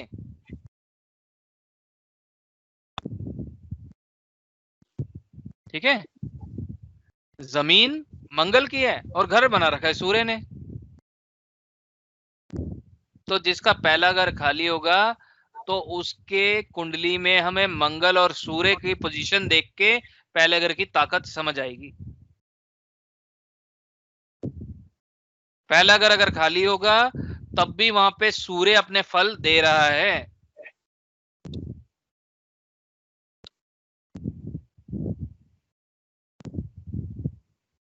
ठीक है, तो ये चीजें हमें यहाँ पे याद करनी है। क्या याद करना है? पहले घर में सूर्य उच्च का, 7वें घर में शनि उच्च का, 4थे घर में गुरु उच्च का, 10वें घर में मंगल उच्च का, दूसरे घर में चंद्रमा उच्च का, तीसरे घर में राहु उच्च का, 6ठे घर में बुध उच्च का, 9वें घर में केतु उच्च का और 12वें घर में शुक्र उच्च का। और इनका वाइस वर्सा एकदम उल्टा, ये नीच के ग्रह बन जाते हैं। और एक चीज हमने और क्या सीखी? हमने ये सीखा कोई भी उच्च ग्रह को और कोई भी नीच के ग्रह को सीधा उपाय नहीं करना है, क्योंकि लाल किताब के जो उपाय हैं it is more over shifting of the planets. ठीक है, तो सीधा इनका उपाय सबसे पहले आपको नहीं करने हैं। इसका तरीका होता है करने का, वो भी मैं आगे बताऊंगा। धीरे धीरे करके चीजें हम स्टेजेस में सीखेंगे। चलिए आगे बढ़ते हैं। सर एक क्वेश्चन था। हाँ बताइए। सर इसमें जस्ट इतना पूछना था, अगर राशि जैसे सूर्य की आ जाती है, 5 नंबर आ जाता है, तो उसका कोई इफेक्ट नहीं है इसमें? है ना इफेक्ट। 5 नंबर तो 5वें में ही रहेगा, यहाँ पे वो चेंज नहीं होगा। मतलब मैं ये चाह रहा हूँ कि जो राशि चार्ट है हमारा, उसमें मतलब वैदिक के अकॉर्डिंगली जो है उसमें 5 नंबर है, लेकिन उसमें कोई बैठा नहीं है ग्रह। नहीं, लाल किताब में ऐसे नहीं लेंगे। ठीक है सर, मतलब उसका कोई लाल फायदा नहीं किताब में उसको 5 नहीं लेंगे, हमने 5 को हटा दिया ना, हमने यहाँ पे नंबर 1 लिख दिया। मतलब उस राशि का कोई फर्क नहीं पड़ेगा उसमें? कोई फर्क नहीं करेंगे हम। हमारे लिए लाल किताब की कुंडली मेन है, हमें वैदिक नहीं करना है, हमें लाल किताब करना है।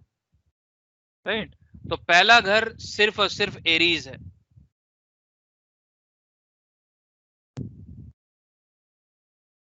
तो पहला घर सिर्फ एरीज है। तो हमें अब अपनी कुंडली देख के इतना पता चल जाएगा कि कौन सा ग्रह उच्च का है, कौन सा ग्रह नीच का है। हाँ बताइए। हाँ सर, तो लाल किताब के कुंडली के हिसाब से हमेशा लग्न जो है वो आपका मेष ही हो गया। मेष होगा, करेक्ट। लाल किताब के हिसाब से हमारा लगन हमेशा हम मेष लेके ही चलेंगे।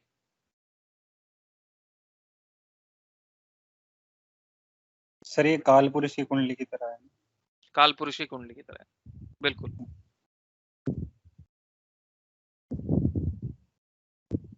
ठीक है, आगे बढ़ते हैं। अब इस चीज को बड़े ध्यान से समझिए।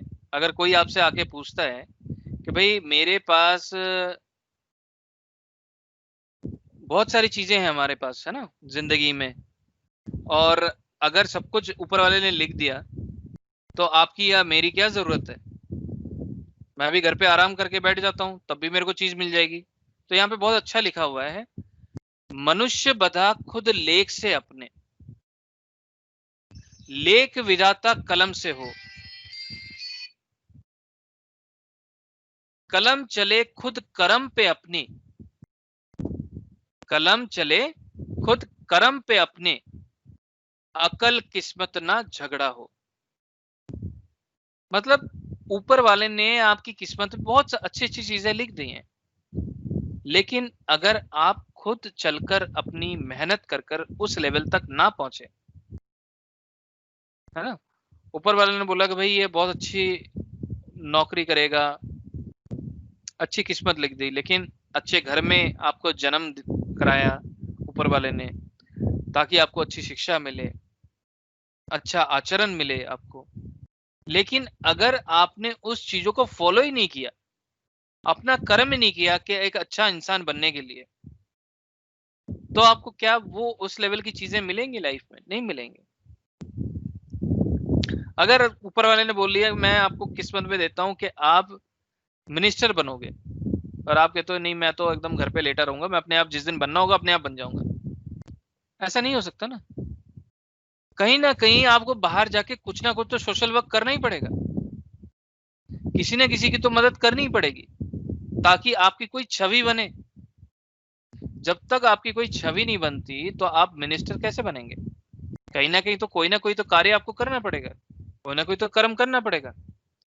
इसलिए जो अकल और किस्मत, अकल इज मरकरी और किस्मत इज जुपिटर। तो जब इंसान अपने कर्म करता है उसमें अकल और किस्मत झगड़ा नहीं करता है, उस टाइम पे वो आपको इफेक्ट जरूर देता है। ठीक है, तो किस्मत अपनी जगह है, बुद्धि अपनी जगह है। अगर उसी बुद्धि को अगर हम सही राह पे ले आए तो हमारी किस्मत भी चमक जाती है ना। जब हम मेहनत करते हैं तो हमारी किस्मत चमकती है। इंसान क्या बोलता है, भाई सोने को जितना घिसोगे उतना चमकेगा। और कई बार हम तांबे को भी इतना घिस देते हैं तो भाई सोना जैसा चमकता है वो। तो कहीं ना कहीं तो कर्म तो काम आया है ना। तो कर्म बहुत इंपॉर्टेंट है। तो यहीं पे कई बार लोग कहते हैं कि भाई केपी में जो हम कृष्णमूर्ति पद्धति करते हैं, किसी भी सिस्टम का मैं बुराई नहीं कर रहा हूं, लेकिन आप सिंपल इतना समझें कि डेस्टिनी, लोग कहते हैं भाई डेस्टिनी तो हो गई, लिख गई, अब क्या होगा? मेरे तो लिख दिया, मेरे को मरना है, मैं कल मर जाऊंगा। अगर आपने जिंदगी में कुछ अच्छे कर्म करे, किसी को मरते हुए से बचा लिया, किसी की जिंदगी मतलब कहीं वो बहुत मुसीबत में था, आपने उसको मदद कर ली, तो क्या पता उसकी जो दुआ है, उसकी जो ब्लेसिंग्स है, वो आपको सपोर्ट करेगा लाइफ में। कहीं ना कहीं आपकी एक छोटी सी मदद एक आपके बड़े प्रॉब्लम से आपको निकाल सकती है। तो मैं ये कहता हूं कि किसी तरह का वहम ना पाले, किसी भी इंसान की मदद, किसी की भी मदद करेंगे आप, वो हमेशा पॉजिटिव है।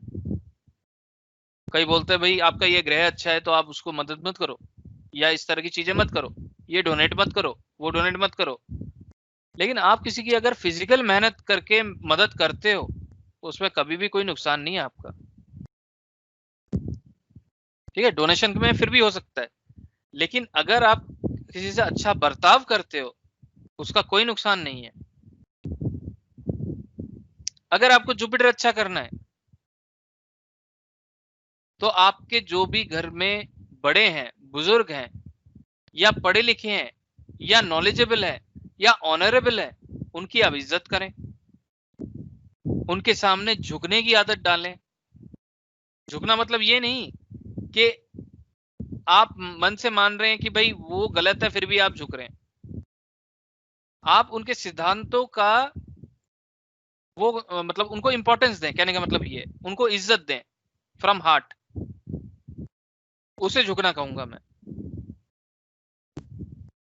पहले के शिष्टाचार में ये बताया जाता था कोई भी घर में बड़ा आए उसके जाके सबसे पहले पैर छू।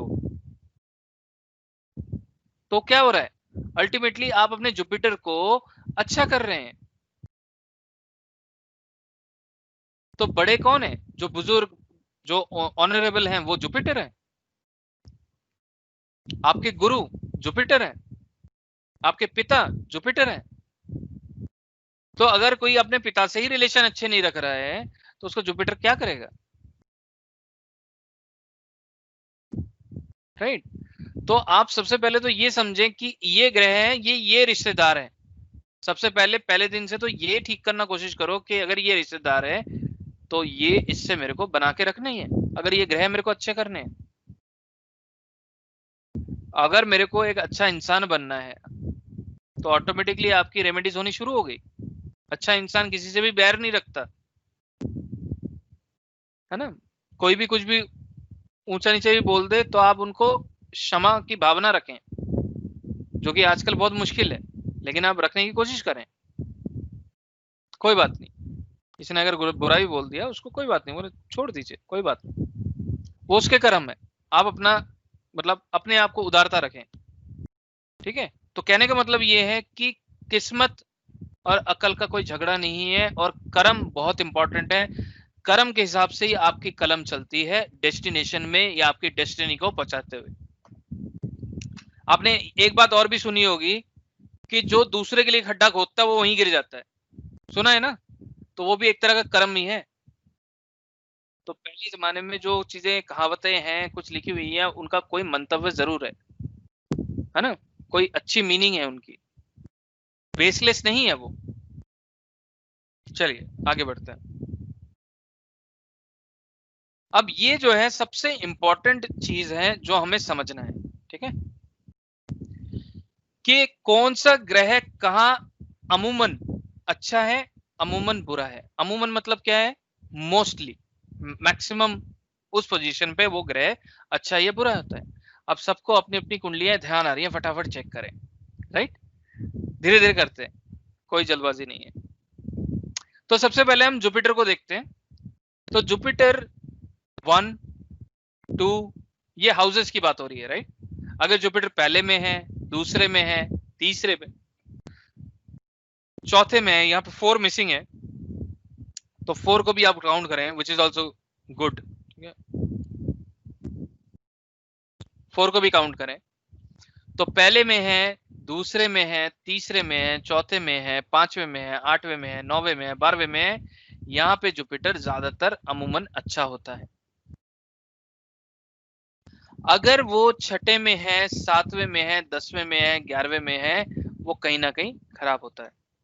अभी जैसे हमारी आज जब चर्चा हो रही थी, है ना, तो वहां पे हमने ये बोला कि इनका जुपिटर कहाँ है, इनका जुपिटर अच्छा होना चाहिए, तो उनका जुपिटर 9th में है, तो हमें पता चल गया कि उनका जुपिटर अच्छा है।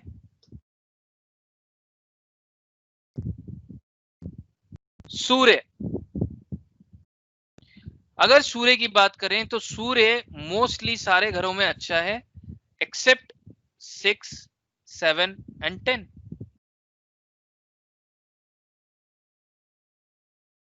अगर मून की बात करें तो मून पहले में अच्छा है, दूसरे में अच्छा है, तीसरे में अच्छा है, चौथे में अच्छा है, 5वें में अच्छा है, 7वें में अच्छा है, 9वें में अच्छा है। लेकिन छठे में, 8वें में, 10वें में, 11वें में और 12वें में खराब है। अगर मंगल की बात करें तो मंगल लगभग सारे घरों में ही ठीक है, अच्छा है, लेकिन मंगल 4 और 8 में बैड है।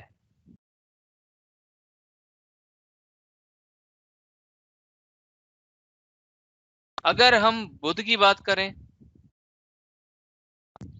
बुध 1, 2, 4, 5, 6, 7 गुड।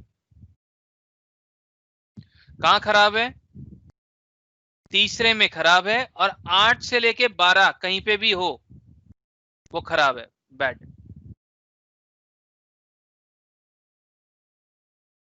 इसका मतलब अभी हमने चार्ट में देखा था किसी का बुध 9वें में था, तो दैट इज बैड। ठीक है।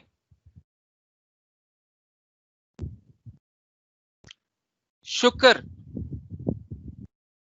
शुक्र जो है दूसरे में, तीसरे में, चौथे में, 5वें में, 7वें में, 8वें में, 10वें में, 11वें में, 12वें में ठीक है, अच्छा है। 1, 6, 9 बैड।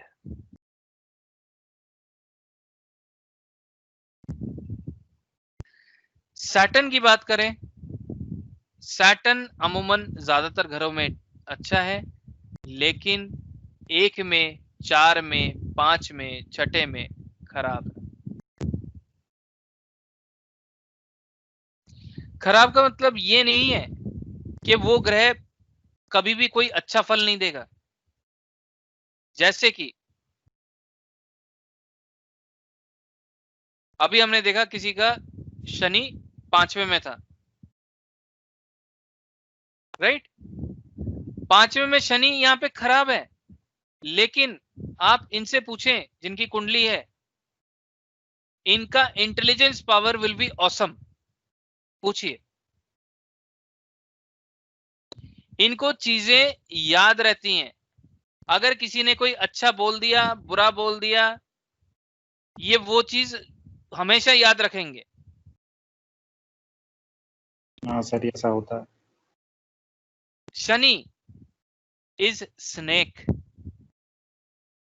ऐसे इंसान के दिमाग में चालाकी भी काफी रहेगी। Intelligence level will be good. Shani is snake, तो स्नेक कैसा होता है? जिसको देख ले उसे याद रखे। नाम की कोई गारंटी नहीं है, लेकिन शक्ल याद रहेगी। ठीक है। चीजें ना भूलने वाली चीजें हमेशा रिमेंबर रखते हैं कि भाई किसी ने कुछ किया ना तो उसको याद रहेगा, अरे उसने मेरे साथ ऐसा किया था, मुझे याद है, मैं नहीं भूल सकता। तो ये चीजें सैटर्न 5th। ठीक है जी। तो शनि वहां पे असर दूसरी तरह से खराब देगा, उसको हम समझेंगे कहां देगा। शनि मकान है, अगर इन्होंने अपने नाम पे मकान बना लिया तो इनको नेगेटिव असर आने शुरू हो जाएंगे। इनको सिम्टम शनि का कब आएगा? जब ये 36वें साल पहुंचेंगे, 36 में, तब इनको असली असर समझ आएगा कि शनि अच्छा है या बुरा है। इनके अगर बैक पेन हो रहा है, कमर के ठीक पीछे दर्द होता है, कमर में दर्द होता है, बैक रीढ़ की हड्डी में दर्द होता है, तो इनका शनि खराब है।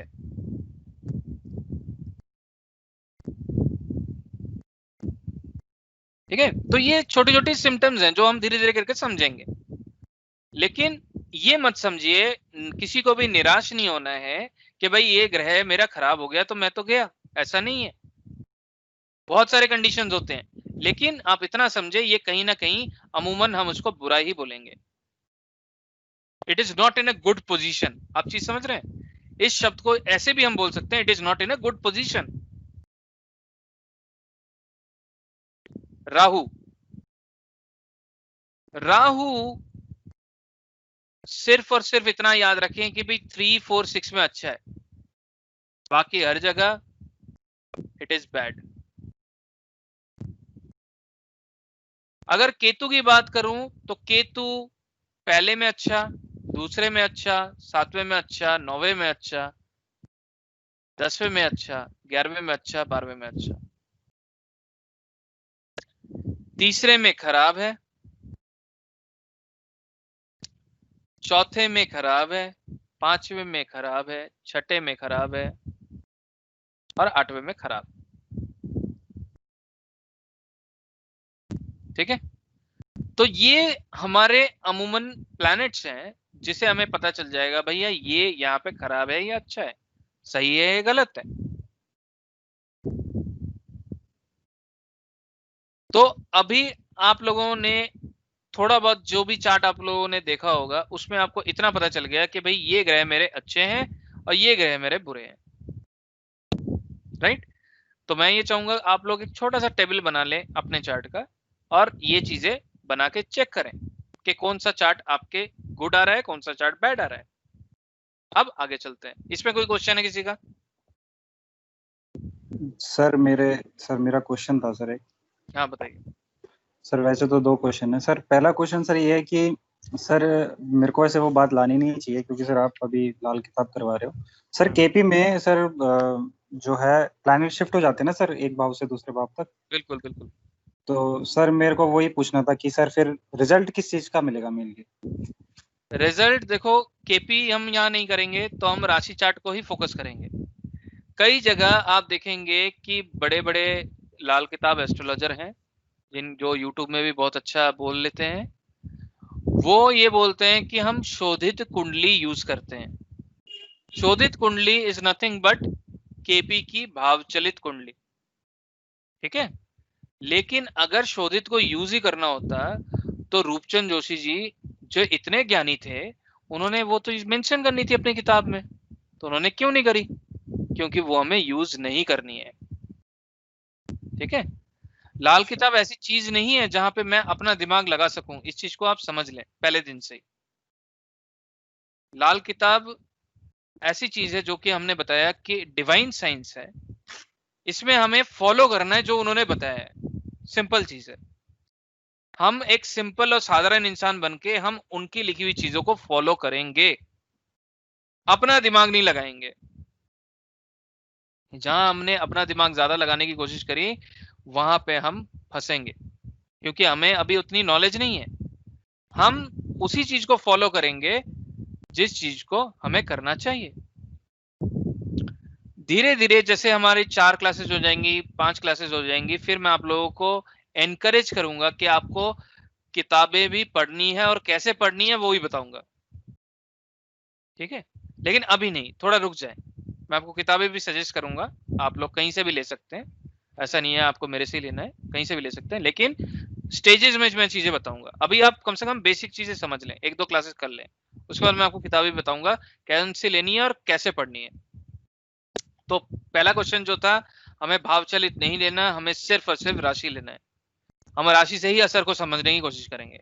अगर वो बदलेगा तो जो चीज मैं बोल रहा हूं वो असर नहीं आएगा आप में, ठीक है। फिर हम चौथे करके असर की बात करेंगे, वो धीरे धीरे करके करेंगे उन चीजों को। सर दूसरा क्वेश्चन सर मेरा ये था कि सर ऊंच नीचे सर जैसे आपने इसमें बताया ना कि भाव क्या है सर, ये लाल किताब में सर, लाल किताब कुंडली में सर ऊंच नीचे जैसे सर इसमें अलग है और सर उसमें अलग है, वैदिक में जो राशि चार्ट जो सर होता है, हाँ जी, उसमें नीचे अलग हो जाता है सर। तो सर मतलब हम मतलब एग्जैक्टली लेंगे किस? लाल किताब को लेंगे। अब आपका केतु खराब है, आपका राहु खराब है, हाँ सर, है ना, ये नीच के ग्रह बैठ गए आपके जी, तो ये कहीं ना कहीं आपको बुरा असर देंगे। अब इसमें आप थोड़ा और आगे चलोगे तो आपको पता चलेगा आपका जुपिटर बहुत अच्छा है, लेकिन वो उतना असर दे नहीं पा रहा क्योंकि राहु गलत जगह बैठ गया जुपिटर के घर में जाके, जिसको हम कहते हैं जड़। राहु गुरु के जड़ में आके बैठ गया, तो उसको भी हम इसी क्लास मतलब इसी सेशन में समझेंगे, मतलब बेसिक क्लास में समझेंगे कि जड़ क्या होता है। तो कोई दुश्मन ग्रह अगर उसके जड़ में जाके बैठ जाए तब भी वो ग्रह खुल के, अब सोचो कि आपके घर, मैं सोच लो कि मैं आपका दुश्मन हूं, आप घर से बाहर हो, मैं आपके घर में आके बैठ गया, तो आपका दिमाग कहाँ चलेगा? अरे यार मेरे घर में वो बैठा है, उसको पता नहीं क्या कर रहा होगा, ठीक है। आपके फ्रिज के अंदर शाही पनीर रखा हुआ है, वो गर्म करके मैंने खा लिया, आप क्या खाओगे घर आके, है ना। तो ये चीजें टेंशन जो है उस प्लेनेट को चलती रहती है। तो कोई किसी के दुश्मन ग्रह जड़ में बैठ गया तो उतना असर वो नहीं दे पा रहा जितना वो बढ़िया असर देना चाहिए, लेकिन ओवरऑल वो देगा जरूर। कब देगा? जब राहु अपने असर कम करेगा। कब असर कम करेगा? 42वें साल में। राहु की मियाद है 42। तो सर उसका तब कम करेगा? तब असर वो अपना कम करेगा, मतलब जुपिटर के घर में बैठा है ना, तो वहां असर कम करेगा। या तो हमें उसकी रेमेडी करनी पड़ेगी, उसको वहां से हटाना पड़ेगा, तो हम समझेंगे कि कैसे हटाएंगे, वो बात की बात है। उसमें मैं आपको बताऊंगा कि कौन सा घर कहाँ है, कहाँ जाके सामान रखोगे तो ये प्लेनेट उस घर में चला जाएगा। वो भी हम तो इसी सर क्लास के अंदर करेंगे, है ना? सर एक चीज सर, और एक क्वेश्चन और है सर। सर आपने बताया था सर पहले, बहुत पहले सर कि जो है सर प्लैनेट एक्टिवेशन पीरियड होता है सर सालों में, सालों के हिसाब से, एज के हिसाब से। तो सर वो उस टाइम पे सर एक्टिवेट जब होते हैं वो, जैसे सर वीनस 25th जब लग जाता है तब हो जाता है एक्टिवेट। हाँ जी।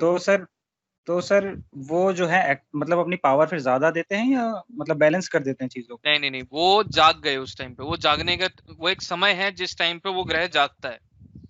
जी। ठीक है, तो अभी हम समझेंगे उस चीजों को, वो फ्यूचर में क्लासेस में आएंगे। जागना मतलब क्या है कि कोई ग्रह सो रहा होता है, एक कंडीशन होती है, वो भी समझेंगे कि ग्रह सो रहा है तो कैसे सो रहा है, और वो जागेगा तब वो असर देना शुरू करेगा। कई कुंडली में कई ग्रह होते हैं जो सो रहे होते हैं, वो उतना असर ही नहीं दे रहे। आपका 10वां घर खाली है सर? 10वां शायद, हाँ सर खाली है। तो जुपिटर इसका मतलब सो रहा है, उस हिसाब से असर ही नहीं दे रहा जितना देना चाहिए उसको। और प्लस उसके जड़ में जाके राहु बैठ गया, तो वहां पे जुपिटर के इफेक्ट कम हो गए, जबकि जुपिटर बहुत अच्छी जगह बैठा हुआ है। सर राहु भी है सर, मरकरी भी है उधर ही। हाँ, वो मेरे को पता चल गया, देख लिया मैंने। मरकरी तो खराब है। हाँ सर। ठीक है, चलिए, तो इतना आप समझ लीजिए कि इस तरह से देखना है। और किसी का कोई क्वेश्चन है इस चार्ट को लेके?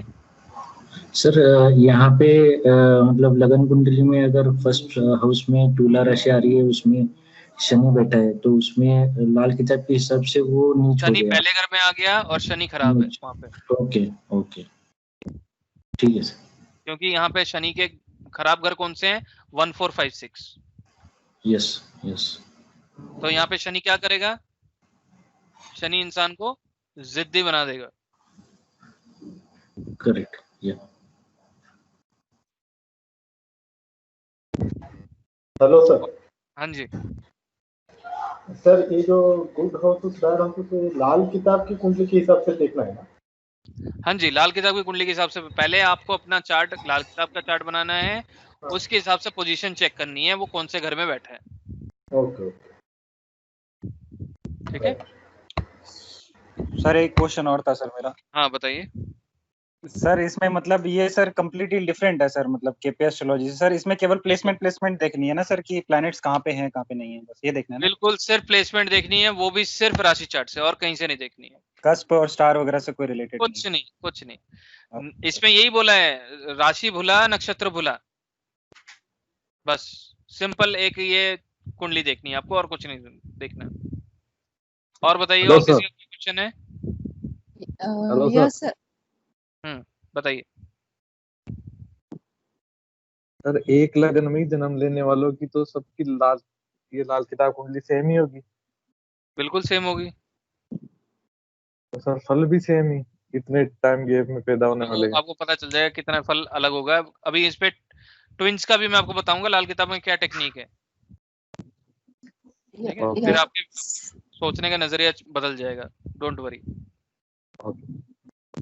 सर एज अ लेमैन मुझे ज्यादा बिल्कुल भी नहीं पता इसका, तो मैं अपनी जन्म कुंडली हाथ में लेके बैठी हूँ, तो इसमें दो मुझे वो दिख रहे हैं, जन्मांग चक्रम। अपनी कुंडली बताइए सर। इसमें दो दिख रहे हैं, जन्मांग चक्रम और राशि चक्रम। तो मुझे किस हिसाब से जन्मांग चक्र के हिसाब से अपना लाल किताब का चार्ट बनाना पड़ेगा ना? आपकी कुंडली बताइए, डेट ऑफ बर्थ बताइए। मेरी 30th मई 1970। नाम बताइए। गीतांजलि सैनी।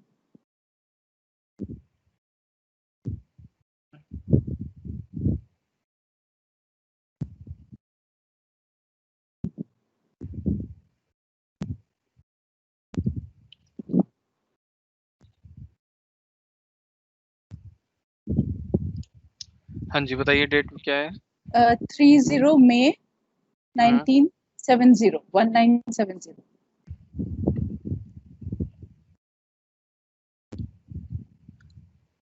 टाइम बताइए। 6 AM मॉर्निंग। ये जो है मैं कोई भी सॉफ्टवेयर आप यूज करें, ठीक है। लोकेशन जानसठ मुजफ्फरनगर डिस्ट्रिक्ट है sir, UP. CHAN Jansath JANSAATH। JANSATH Jansath. ये वाला यस, यूपी में। Yes yes.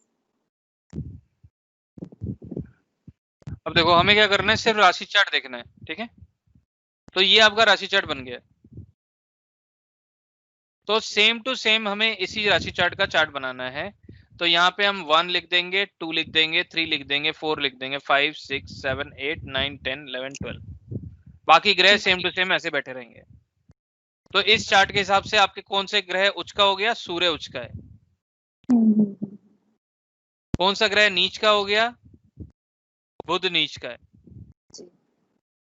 कौन सा ग्रह खराब हो गया? जुपिटर खराब हो गया। राइट? यस। तो इस तरह से हमें देखना है। जी सर, थैंक यू। ठीक है। तो अभी जैसे हमने ये टेबल की बात करी, ये टेबल के हिसाब से आप लोगों को अपना गुड प्लैनेट्स, बैड प्लैनेट्स लिख के एक पेपर में आप ग्रुप में शेयर करोगे सारे, ठीक है। पहले अपनी राशि चार्ट बनाओगे, उस राशि चार्ट को आप लाल किताब चार्ट पे कन्वर्ट करोगे, और उसके बाद आप क्या करोगे? Good planets and bad planets लिखोगे, ठीक है। अब आगे चलते हैं।